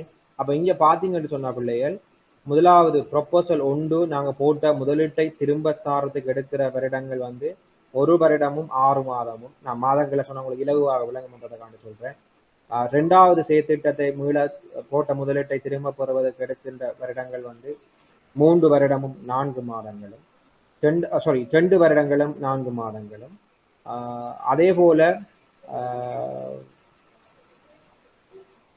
ப்ராஜெக்ட் 3ஐ செலக்ட் பண்ணுவோமாக இருந்தால் எங்களுக்கு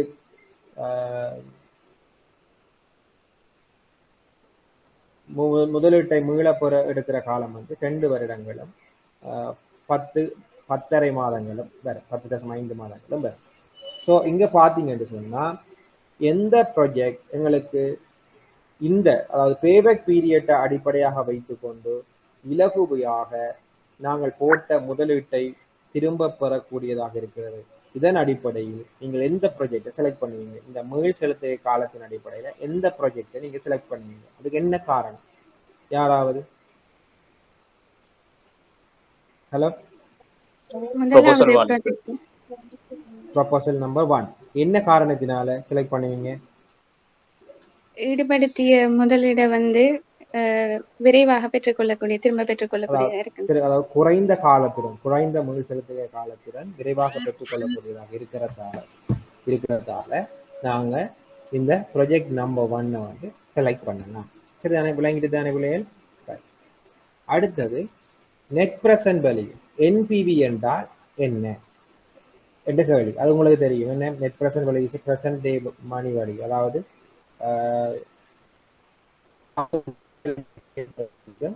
காசு வெளிப்பாய்ச்சல் என்ற இத்தைய பெறுமதிக்கும் இடையிலான வித்தியாசம் தான் வந்து நெட் பிரசன்ட் வேல்யூ. சரியாப்பா? Net present value is the difference between the present value of the future cash flow from an investment and the amount of investment. அதாவது வெளிப்பாய்ச்சலுக்கும் உட்பாய்ச்சலுக்கும் இடையிலான வித்தியாசம், இத்தைய பெறுமதியோட வித்தியாசம். சரி, அது உங்களுக்கு ஆல்ரெடி நான் படிப்பிக்கிறேன். இப்போ நாங்க ஒவ்வொரு ப்ராஜெக்டுக்குமான தேறிய காசு பாய்ச்சல் நெட் பிரசன்ட் வேல்யூவை கண்டுபிடிக்கிறோம். எங்களுக்கு தந்திருக்காங்க அந்த கணக்குல முதலீட்டின் கிரயம் வந்து 10% என்று சொல்லி ஆல்ரெடி தந்திருக்கிறாங்க. 10% வந்து முதலீட்டின் கிரயம் அப்படின்னு சொல்லி ஆல்ரெடி தந்திருக்கிறாங்க. ஸோ தந்தபடியினால எங்களுக்கு கழிவிடல் காரணி டிஸ்கவுண்டிங் ஃபேக்டர் வந்து 10% தெரியும். ஸோ கழிவிடல் வீதம் 10% எங்களுக்கு தெரியும். ஸோ கழிவிடல் தொகையை கண்டுபிடிக்கும், கழிவிடல் வீதத்தை கண்டுபிடிக்கும். கழிவிடல் காரணி வீதம் தெரியும் 10%, கழிவிடல் காரணியை கண்டுபிடிக்கும். எங்களுக்கு கழிவிடல் வீதம் தெரியும், கழிவிடல் காரணி தெரியும். ஸோ கண்டுபிடிக்கும். ஸோ 10% என்ன வாய்ப்பாடு? 1/1 + r எண்ணாம் அடுக்கு. ஸோ முதலாவது வருஷத்துக்கு உங்களுக்கு தெரியும் 0 இன்வெஸ்ட் பண்ற வருடத்தை நாங்கள் 0 சொல்லுவோம். ஸோ டிஸ்கவுண்டிங் ஃபேக்டர் எல்லாத்துக்கும் 1 தான் வரும். ஃபர்ஸ்ட் இயருக்கு எப்படி வரும் டிஸ்கவுண்டிங் ஃபேக்டர்? 1/1 + r எண்ணாம் அடுக்கு. அதாவது நீங்க சமன்பாடை போட்டு பார்த்தீங்கன்னு சொல்லிட்டோம்னா 1/1 சக ஆறுக்கு பதிலாக 0.1 10% நம்ம சசமாக பண்ண 0.1 முழுவதின் எண்ணாம் அடுக்கு. முதலாவது வருஷத்துக்கு பார்த்தீங்கன்னா 0.909. 2வது வருஷத்துக்கு 1/1 + r இரண்டாம் அடுக்கு முழுவதின் இரண்டாம் அடுக்கு சுருக்கினீங்கன்னா 0.826. 3வது வருஷம் 0.751. 4வது வருஷம் 0.683. 5வது வருஷம் 0.621. அப்போ நீங்கள் என்ன செய்யலாம், கேஷ் ஃப்ளோவை டிஸ்கவுண்டிங் ஃபேக்டரால் பெருக்கினீங்கன்னா ப்ரெசன்ட் வேல்யூ வரும். சரியா? ஸோ முதலீடு செய்கிற அன்றைய ப்ரெசன்ட் வேல்யூ வந்து அன்றைக்கு சமனாக தானே இருக்கும். ஸோ அதனால் அப்படி 120 மில்லியன் அவுட்ஃப்ளோ வரும். கேஷ் இன்ஃப்ளோ ஒவ்வொரு வருஷம் நாங்கள் எக்ஸ்பெக்ட் பண்ணுற இன்ஃப்ளோ வந்து ஃபர்ஸ்ட் இயர் வந்து 80,000 எதிர்பார்க்குறோம். பட் நான் டிஸ்கவுண்டட் ஃபேக்டரை சீராக்கக்குள்ள வந்து வார விட வந்து 72.72. அதே மாதிரி செகண்ட் இயரில் 70 எதிர்பார்க்குறோம். ஆனால் கிடைக்கிற ப்ரெசன்ட் வேல்யூ 57.22. மூன்றாவது வருஷம் எதிர்பார்க்குறோம் 50,000 50, ஆனால் அதில் ப்ரெசன்ட் வேல்யூ 37.5. ஃபோர்த் இயரில் 20 எதிர்பார்க்குறோம். பட் கிடைக்கிற ப்ரெசன்ட் வேல்யூ 13.66. ஃபிஃப்த் இயரில் 40 மில்லியன் அவுட்ஃப்ளோ லொஸ் ஆகும் என்று எதிர்பார்க்குறோம். அதில் இட்டே மாதிரி -24.8. சரிதானே? லைக் வைஸ் ஒவ்வொரு ப்ரொப்போசலாக செய்ய வேண்டும். ப்ரொப்போசல் 1க்கு செஞ்சாச்சு. ப்ரொப்போசல் 2க்கு கேஷ் ஃப்ளோ இன்டு டிஸ்கவுண்டிங் ஃபேக்டரை பெருக்கி நாங்கள் ப்ரெசன்ட் வேல்யூவை கண்டுபிடிக்கிறோம். அதே மாதிரி ப்ரொப்போசல் 3க்கு கண்டுபிடிப்போம். சரிதானே? ரைட். இப்போ எப்படி நீங்கள் பிவி நெட் ப்ரெசன்ட் வேல்யூ காணுவீங்க? காசு உட்பாய்ச்சல் என்ற இத்தைய பெறுமதியில இருந்து காசு வெளிப்பாய்ச்சலுடைய இத்தைய பெறுமதியை கழிப்போம். சரி, அப்போ காசு ப்ரொஜெக்ட் பண்ணின்ற காசு உட்பாய்ச்சல் என்ற இத்தைய பெறுமதி எப்படி கால்குலேட் பண்ணுவீங்க? 72.72 சக 57.82 சக 37.52 சக 13.66. சரியா? ஆனா இதுல ஒரு மைனஸ் ஒன்று வருது. ஐந்தாவது வருஷம் லொஸ்ல வர அப்படின்னால -24.82. சரிதானே?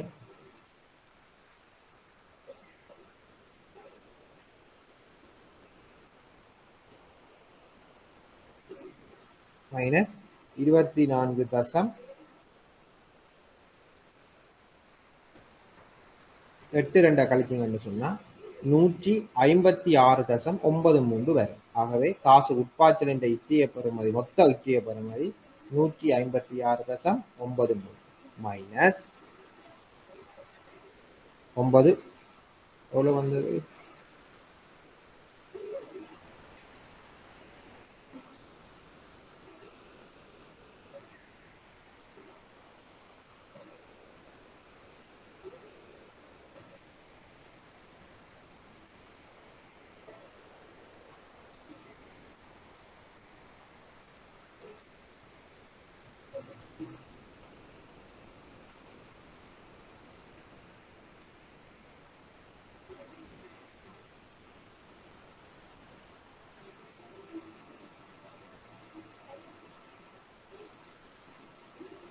சரியா? 156.93 மைனஸ் 120 நீங்க கழிச்சீங்கன்னா 36.93 வரும். இங்க 9.9 அது மட்டம் தட்டி போட்டிருக்கிறாங்க.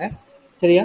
36.93 அல்லது 9.1 இங்க பாருங்க 36.91 இதுல வந்துருக்காங்க. 36.93 தான் வரும் விட. இப்படி வரும் 120ல இருந்து நீங்க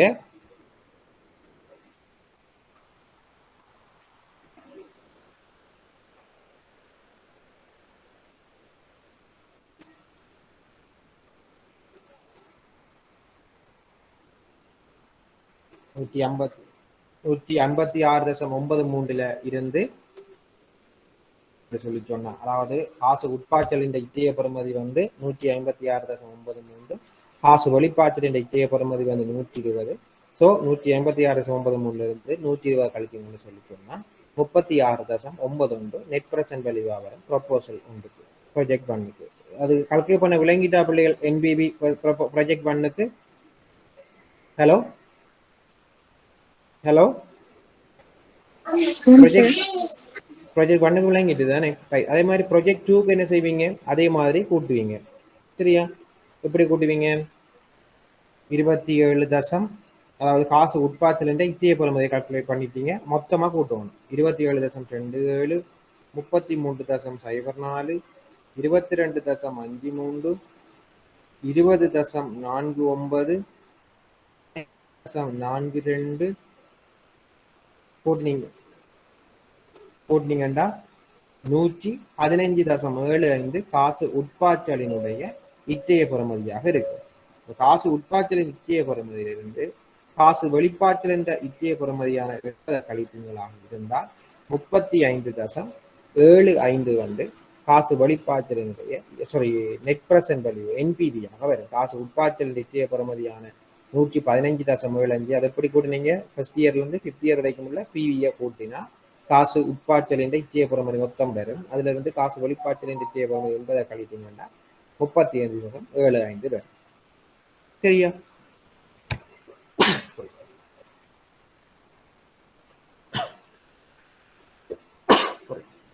விளங்கிட்டா பிள்ளைகள்? ப்ராஜெக்ட் 2 பிரசன்ட் வேல்யூ கண்டுபிடிச்சது. நெட் பிரசன்ட் வேல்யூ ப்ராஜெக்ட் 2ல ஹலோ ஓகே. அதே போல ப்ராஜெக்ட் எக்ஸாமுக்கு அந்த நம்ம டிஸ்கவுண்ட் அண்ட் ஃபேக்டர் வந்து தருவாங்க தானே என்ன சார்? எஸ், சில வீதங்களை கணிப்பது. அதாவது உங்களுக்கு அந்த புக் தருவாங்க, டிஸ்கவுண்டிங் ஃபேக்டர் கால்குலேட் பண்ற அந்த புக் வந்து உங்களுக்கு தருவாங்க. அப்ப நீங்க அதுல ஒவ்வொரு பெர்சன்டேஜுக்கும் எத்தனை வருஷம் சொல்லி பார்த்து போடணும். சப்போஸ் தராம விட்டா நீங்க மேனுவலா சில நேரங்கள்ல மேனுவலா கால்குலேட் பண்ணக்கல சார். இப்ப நாங்க இந்த மட்டன் தட்டி போடுறதுல நாங்க எங்களுக்கு வரப்போற பிரசன்ட் வேல்யூல சிலவுல இந்த கொஞ்சம் டிஃப்ரெண்ட் வரும் இல்ல சார்? அது பிரச்சனை வராதா? இல்ல நீங்க நீங்க வந்து உங்களுக்கு புக் தந்து, அதாவது உங்களுக்கு கட்டாயமா வந்து அட்டவணை தந்து நீங்க செய்வீங்கன்னு சொல்லி சொன்னா அட்டவணையில் இருக்கிற ஃபிகரையை போட்டு செய்வீங்கன்னு சொன்னா உங்களுக்கு டிஃப்ரெண்ட் வராது.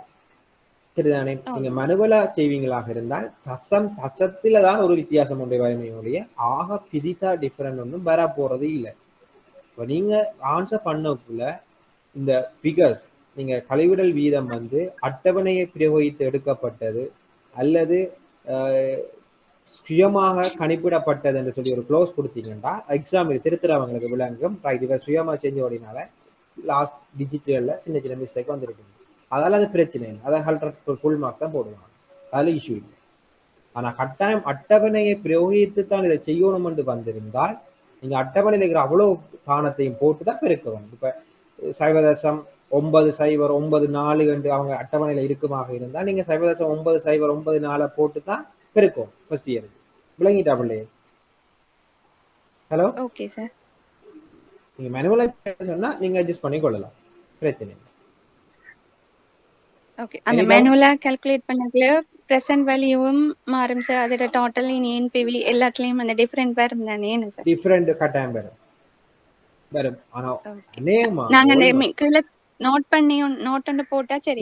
நோட் ஒன்று போட்டீங்கன்னா சரி. ஆனா உங்களுக்கு இப்ப நீங்க கால்குலேட் பண்றதை விட உங்களுக்கு புக் தருவாங்கன்னா ஈஸி தானே. போய் கட்சிக்கலாம் தானே புக்கை பார்த்து டைம் போகாது. இப்ப இல்லாட்டி ஒவ்வொன்றுக்கும் கால்குலேட் பண்ணி இருக்க உங்களுக்கு டைம் போய் கொண்டிருக்கும். சார்ட் வருமானா சார்ட்டை பார்த்து நீங்க செய்யலாம். அநேகமா சார்ட் தருவாங்களா? சார்ட் தராம இல்லை. கரெக்டா நீங்க எக்ஸாம் போனா சூப்பர்வைசர் கேட்கலாம், இந்த புக்கை தருவாங்க. டிஸ்கவுண்ட் இம்பாக்ட்ல தருவாங்க. Okay sir, thank you. சரி, ஆனா கால்குலேட்டர் யூஸ் பண்ணலாதா? சரியா? கால்குலேட்டர் யூஸ் பண்ணலாது. எல்லாமே நாங்க மேனுவலா தான் செய்ய வேணுமே என்ன சார்? மேனுவலா தான் செய்ய வேணும். இந்த முறை கால்குலேட்டர் யூஸ் பண்ண விடுறாங்களோ தெரியல. அதை நெட் கிளாஸ் உங்களுக்கு கன்ஃபார்ம் பண்ணனே கால்குலேட் யூஸ் பண்ண விடுவாங்களா இல்லையான்னு சொல்லி. சரியா? யூஸ் பண்ற மாதிரி கலைச்சாங்க. இந்த முறை பார்ப்போம். ஓகே.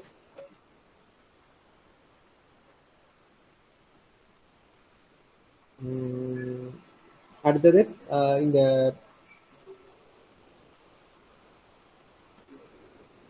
தேர்ட் இயருக்கு பார்த்தீங்கன்னு சொல்லி சொன்னா 160 மில்லியன் 160,000 வெளியால போகுது. ஸோ ஃபர்ஸ்ட் இயர் 30,000 வருது, செகண்ட் இயர் 60,000. ஒவ்வொன்றுக்கு முறைய கழிவுகள் வீதம் பார்த்துட்டோம். ஸோ ப்ரெசன்ட் வேல்யூ கண்டுட்டோம். ஸோ எல்லாத்தையும் நம்ம டோட்டல் பண்ணி பார்த்தோம்னு சொல்லி சொன்னா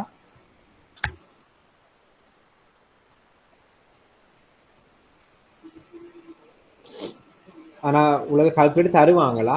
சரியா? கால்குலேட்டர் தருவாங்க. நீங்க கால்குலேட்டர் யூஸ் பண்ணலாமா? கால்குலேட்டர் யூஸ் பண்ணக்கூடிய வாய்ப்பு இருக்கு.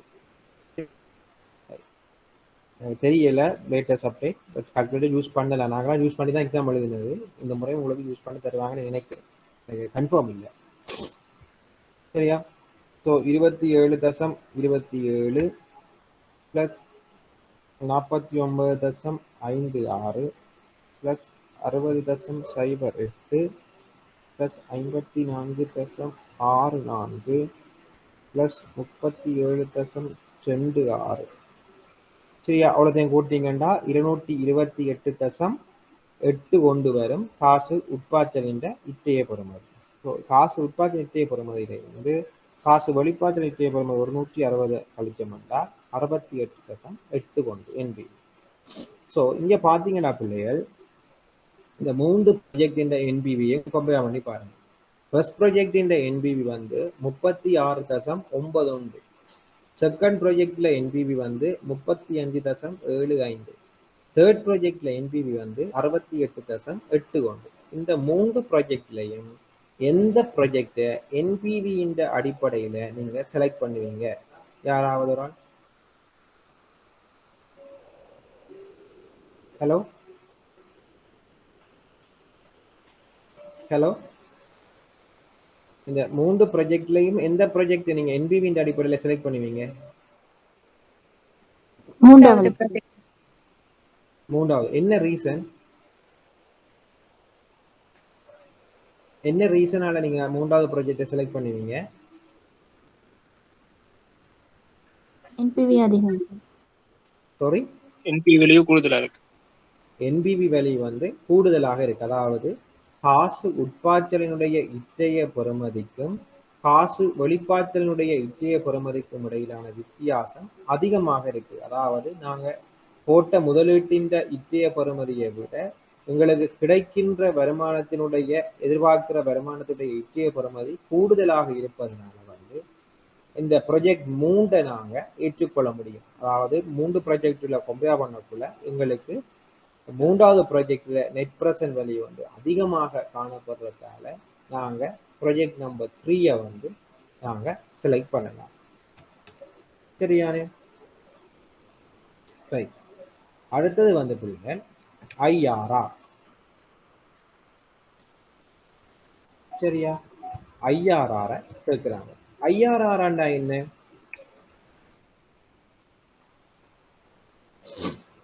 ஐஆர்ஆர் என்ன பிள்ளைகள்? என்ன முதலீட்டு விதத்துல என்பிவி 0வா இருக்கும்? Yes, very good. எந்த முதலீட்டுக்கிறைய விகிதத்துல வந்து என்பிவி வந்து 0 ஆகும்.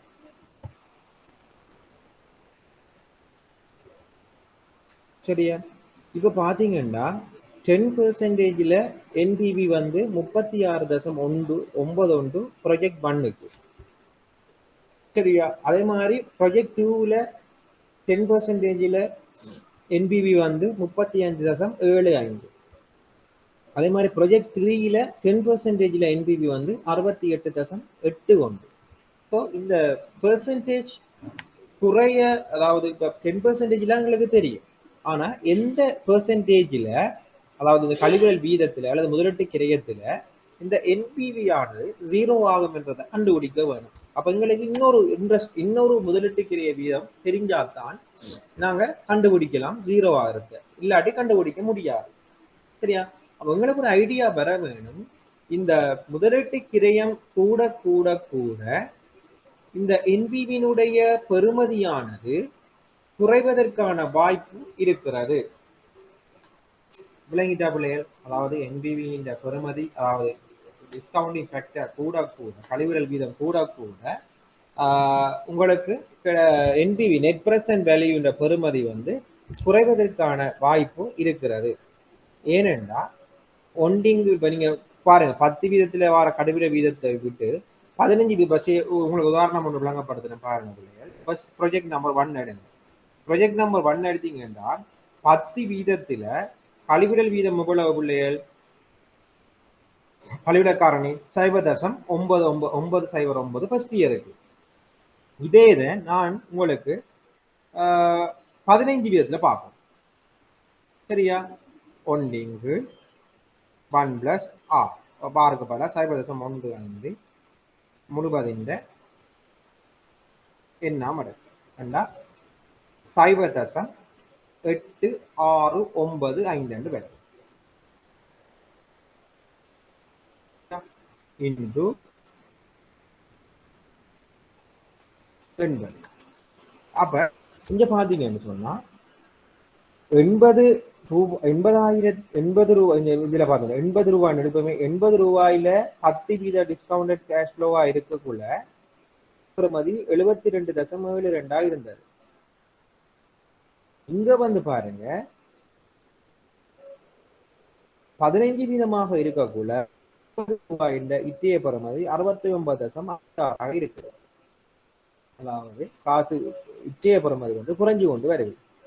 ஸோ காசு உட்பாச்சலினுடைய இத்திய பெறுமதி வந்து குறைந்து குறைந்து குறைந்து கொண்டு வரக்குள்ள என்ன நடக்கும்? அதாவது கழிவிடல் வீதம் கூட கூட கூட கூட காசு பெறுமதி இத்திய பெறுமதி வந்து குறைந்து குறைந்து கொண்டு வரும். ஸோ அப்படி வரக்குள்ள ஒரு கட்டத்தில் என்ன செய்யும்? காசு உட்பாச்சலுடைய இத்திய பெறுமதியும் காசு வெளிப்பாச்சலினுடைய இத்திய பெறுமதியும் சமனாக போறதுக்கான வாய்ப்பு காணப்படும். அந்த ஒரு குறிப்பிட்ட பெர்சன்டேஜ்ல சமனாகிறதுக்கான வாய்ப்பு காணப்படுகிறது. ஸோ அந்த பெர்சன்டேஜ் தான் நாங்கள் கண்டுபிடிப்போம். சரியா? ரைட். இப்போ நாங்க பார்ப்போம். இது விளங்கிட்டா பிள்ளைகள்? இந்த ஐஆர்ஆருக்குரிய எப்படி பேசிக் ஐடியா எடுக்கிறேன்னு சொல்லி தந்தது விளங்கிட்டா? அதாவது எங்களுக்கு தெரியும் 10% என்பிவி வந்து ப்ராஜெக்ட் 1ல 36.91. இன்னொரு அசம்ஷன் எங்களுக்கு தெரியும், இந்த முதலீட்டு கிரயம் அல்லது கடிவிட வீதம் கூட கூட கூட கூட என்பிவி வந்து ஆனது குறையும். ஸோ எங்களுக்கு எந்த இடத்துல காசு உட்பாச்சலின் இத்திய பெறுமதியும் காசு வெளிப்பாச்சல் அந்த இடத்துல என்பிவி 0 ஆகும் என்றும் தெரியும். ஏன்? காசு உட்பாச்சலின் இத்திய பெறுமதியும் காசு வெளிப்பாச்சலின் இத்திய பெறுமதி சமனாகுனா 0 தானே. காசு உட்பாச்சலும் காசு வெளிப்பாச்சலும் சமனாகும்னா 0. ஏன்? நித்திய பெறுமதியிலிருந்து காசு வெளிப்பாச்சு நித்திய பெறுமதியை கழிச்சோம்னா 0 என்றால் அது அந்த எந்த வீதத்துல முதலீட்டு வீதத்துல அது 0 ஆகும் என்பதுதான் கண்டுபிடிக்கப்படும். ஸோ இப்ப முதலீட்டு வீதம் கூட கூட கூட கூட இந்த என்பிவியின் பெறுமதி என்ன செய்யும்? குறைவடைந்து கொண்டு வரும். ஸோ அந்த குறைவடைந்து கொண்டு வரக்குள்ள ஒரு கட்டத்துல 0 ஆகும். ஸோ அந்த 0 ஆகிறதுக்கு இந்த முதலீட்டு கண்டுபிடிக்கப்படும். விளங்கிட்டா அந்த ஆரம்ப ஐடியா உங்களுக்கு? ஹலோ ஹலோ பிள்ளை, விளங்கிட்ட ஆரம்ப ஐடியா? ஹலோ ஹலோ, பேசிக் விளங்கிட்டா?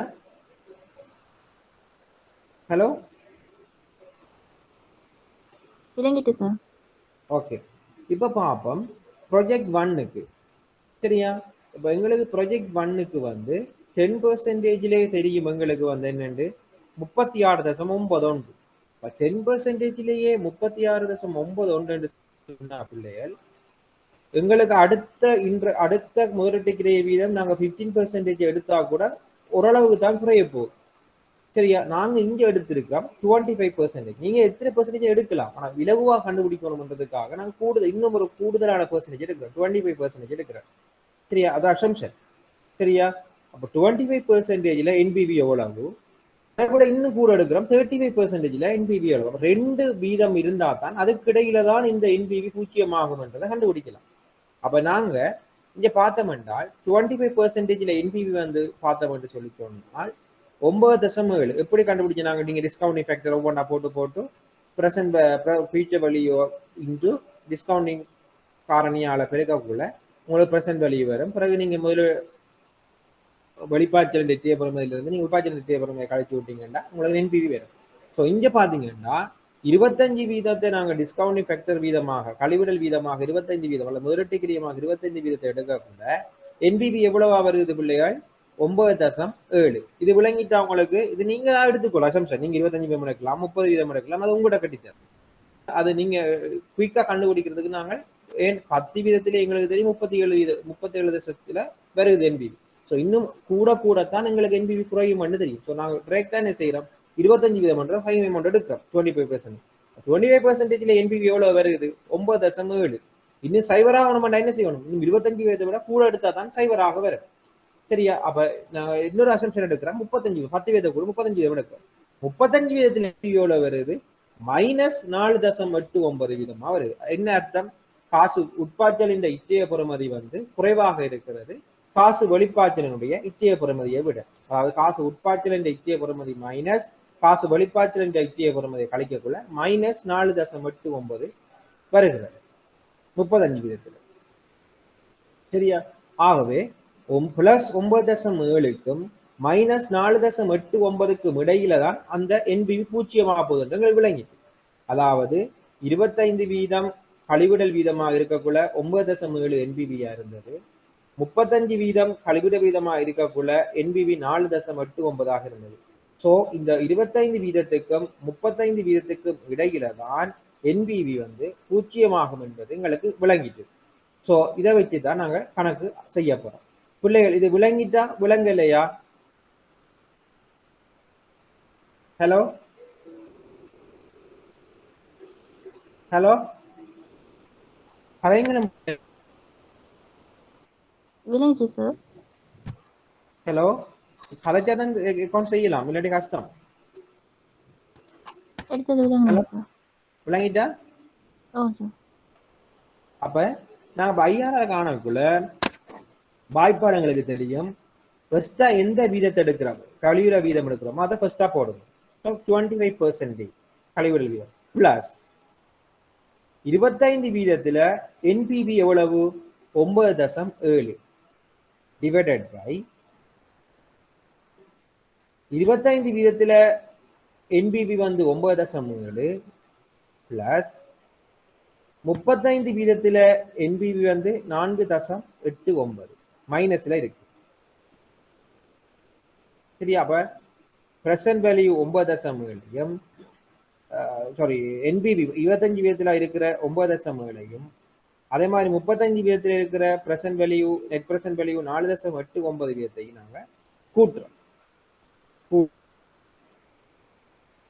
இடையிலான வித்தியாசம், அதாவது 35%க்கும் 25%க்கும் இடையிலான வித்தியாசத்தை பெருக்கினோம் என்றால் வருகிற விடையில தான் என்பிவி வந்து என்ன செய்யும்? பூஜ்ஜியமாக. அவ நீங்க என்ன செய்யலாம்? முதலீட்டுங்கிறையம் 25.07 நீங்க 6 பெறுமதி எடுத்து அல்லது முதலீட்டுங்கிறையம் 25.7 எடுத்தீங்கன்னு சொன்னா என்பிவி காசுன்ற உட்பாய்ச்சல் இச்சைய பெறுமதியும் காசு வெளிப்பாட்டு இச்சைய பெறுமதியும் என்ன செய்யும்?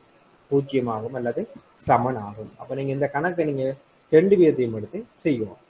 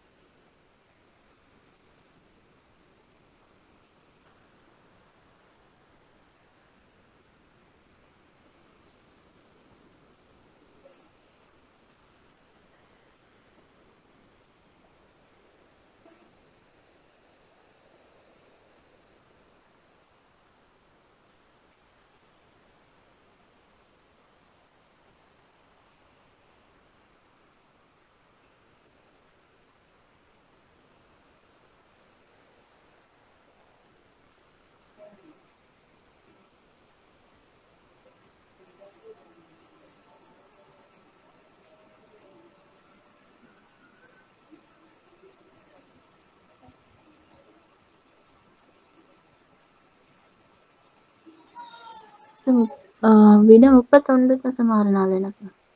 சாரி விடை 31.64. அதுல பிள்ளை ஒன்று இருக்கா? உங்க ஆன்சர்ல பிள்ளை ஒன்று இருக்கா? நான் செய்யறேன், நான் செய்து பார்க்குறேன். நான் செய்து பார்க்குறேன். மைனஸ்ல வருது என்பிவி பிவி இதுல 35%. ஸோ அது 9.7 மைனஸ் 4.89 என்று வர வேணும்.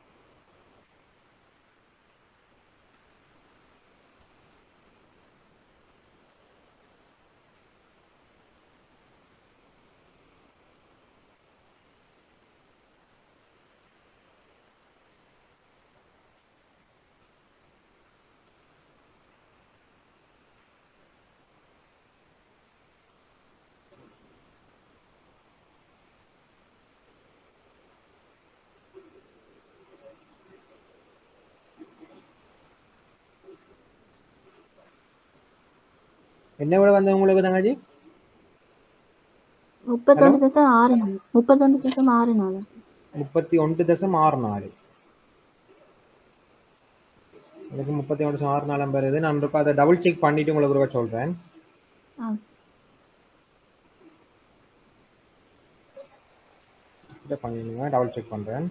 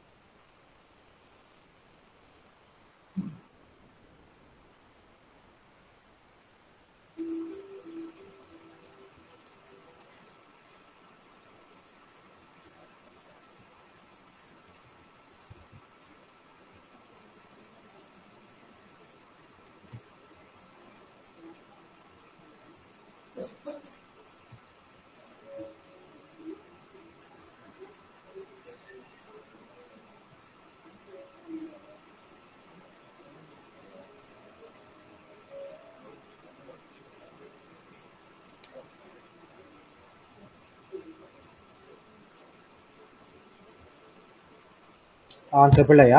நான் ஆன்சர் பிள்ளை தங்கச்சி. நான் ஒரு டபுள் செக் பண்ணிட்டு நான் நெக்ஸ்ட் கிளாஸ் உங்களுக்கு இதை கிளியர் பண்றேன். சரியா? இதில் வந்து எனக்கு இதில் கால்குலேஷன் டேட்டாவோட பிள்ளை ஒன்று இருக்குது. சரியா? இதை உங்களுக்கு நெக்ஸ்ட் கிளாஸ் வந்து கிளியர் பண்ணுங்க. சரியா? Hello, okay sir. ஓகே, நான் நெக்ஸ்ட் கிளாஸ் வந்து கிளியர் பண்ணி வரேன். ஒரு இந்த இதில் ஆன்சர் வந்து பிள்ளையா இருக்குது. 31 பாயிண்ட் அந்த ஆன்சர் தான் சரியா வரும். சரியா? Likewise IRR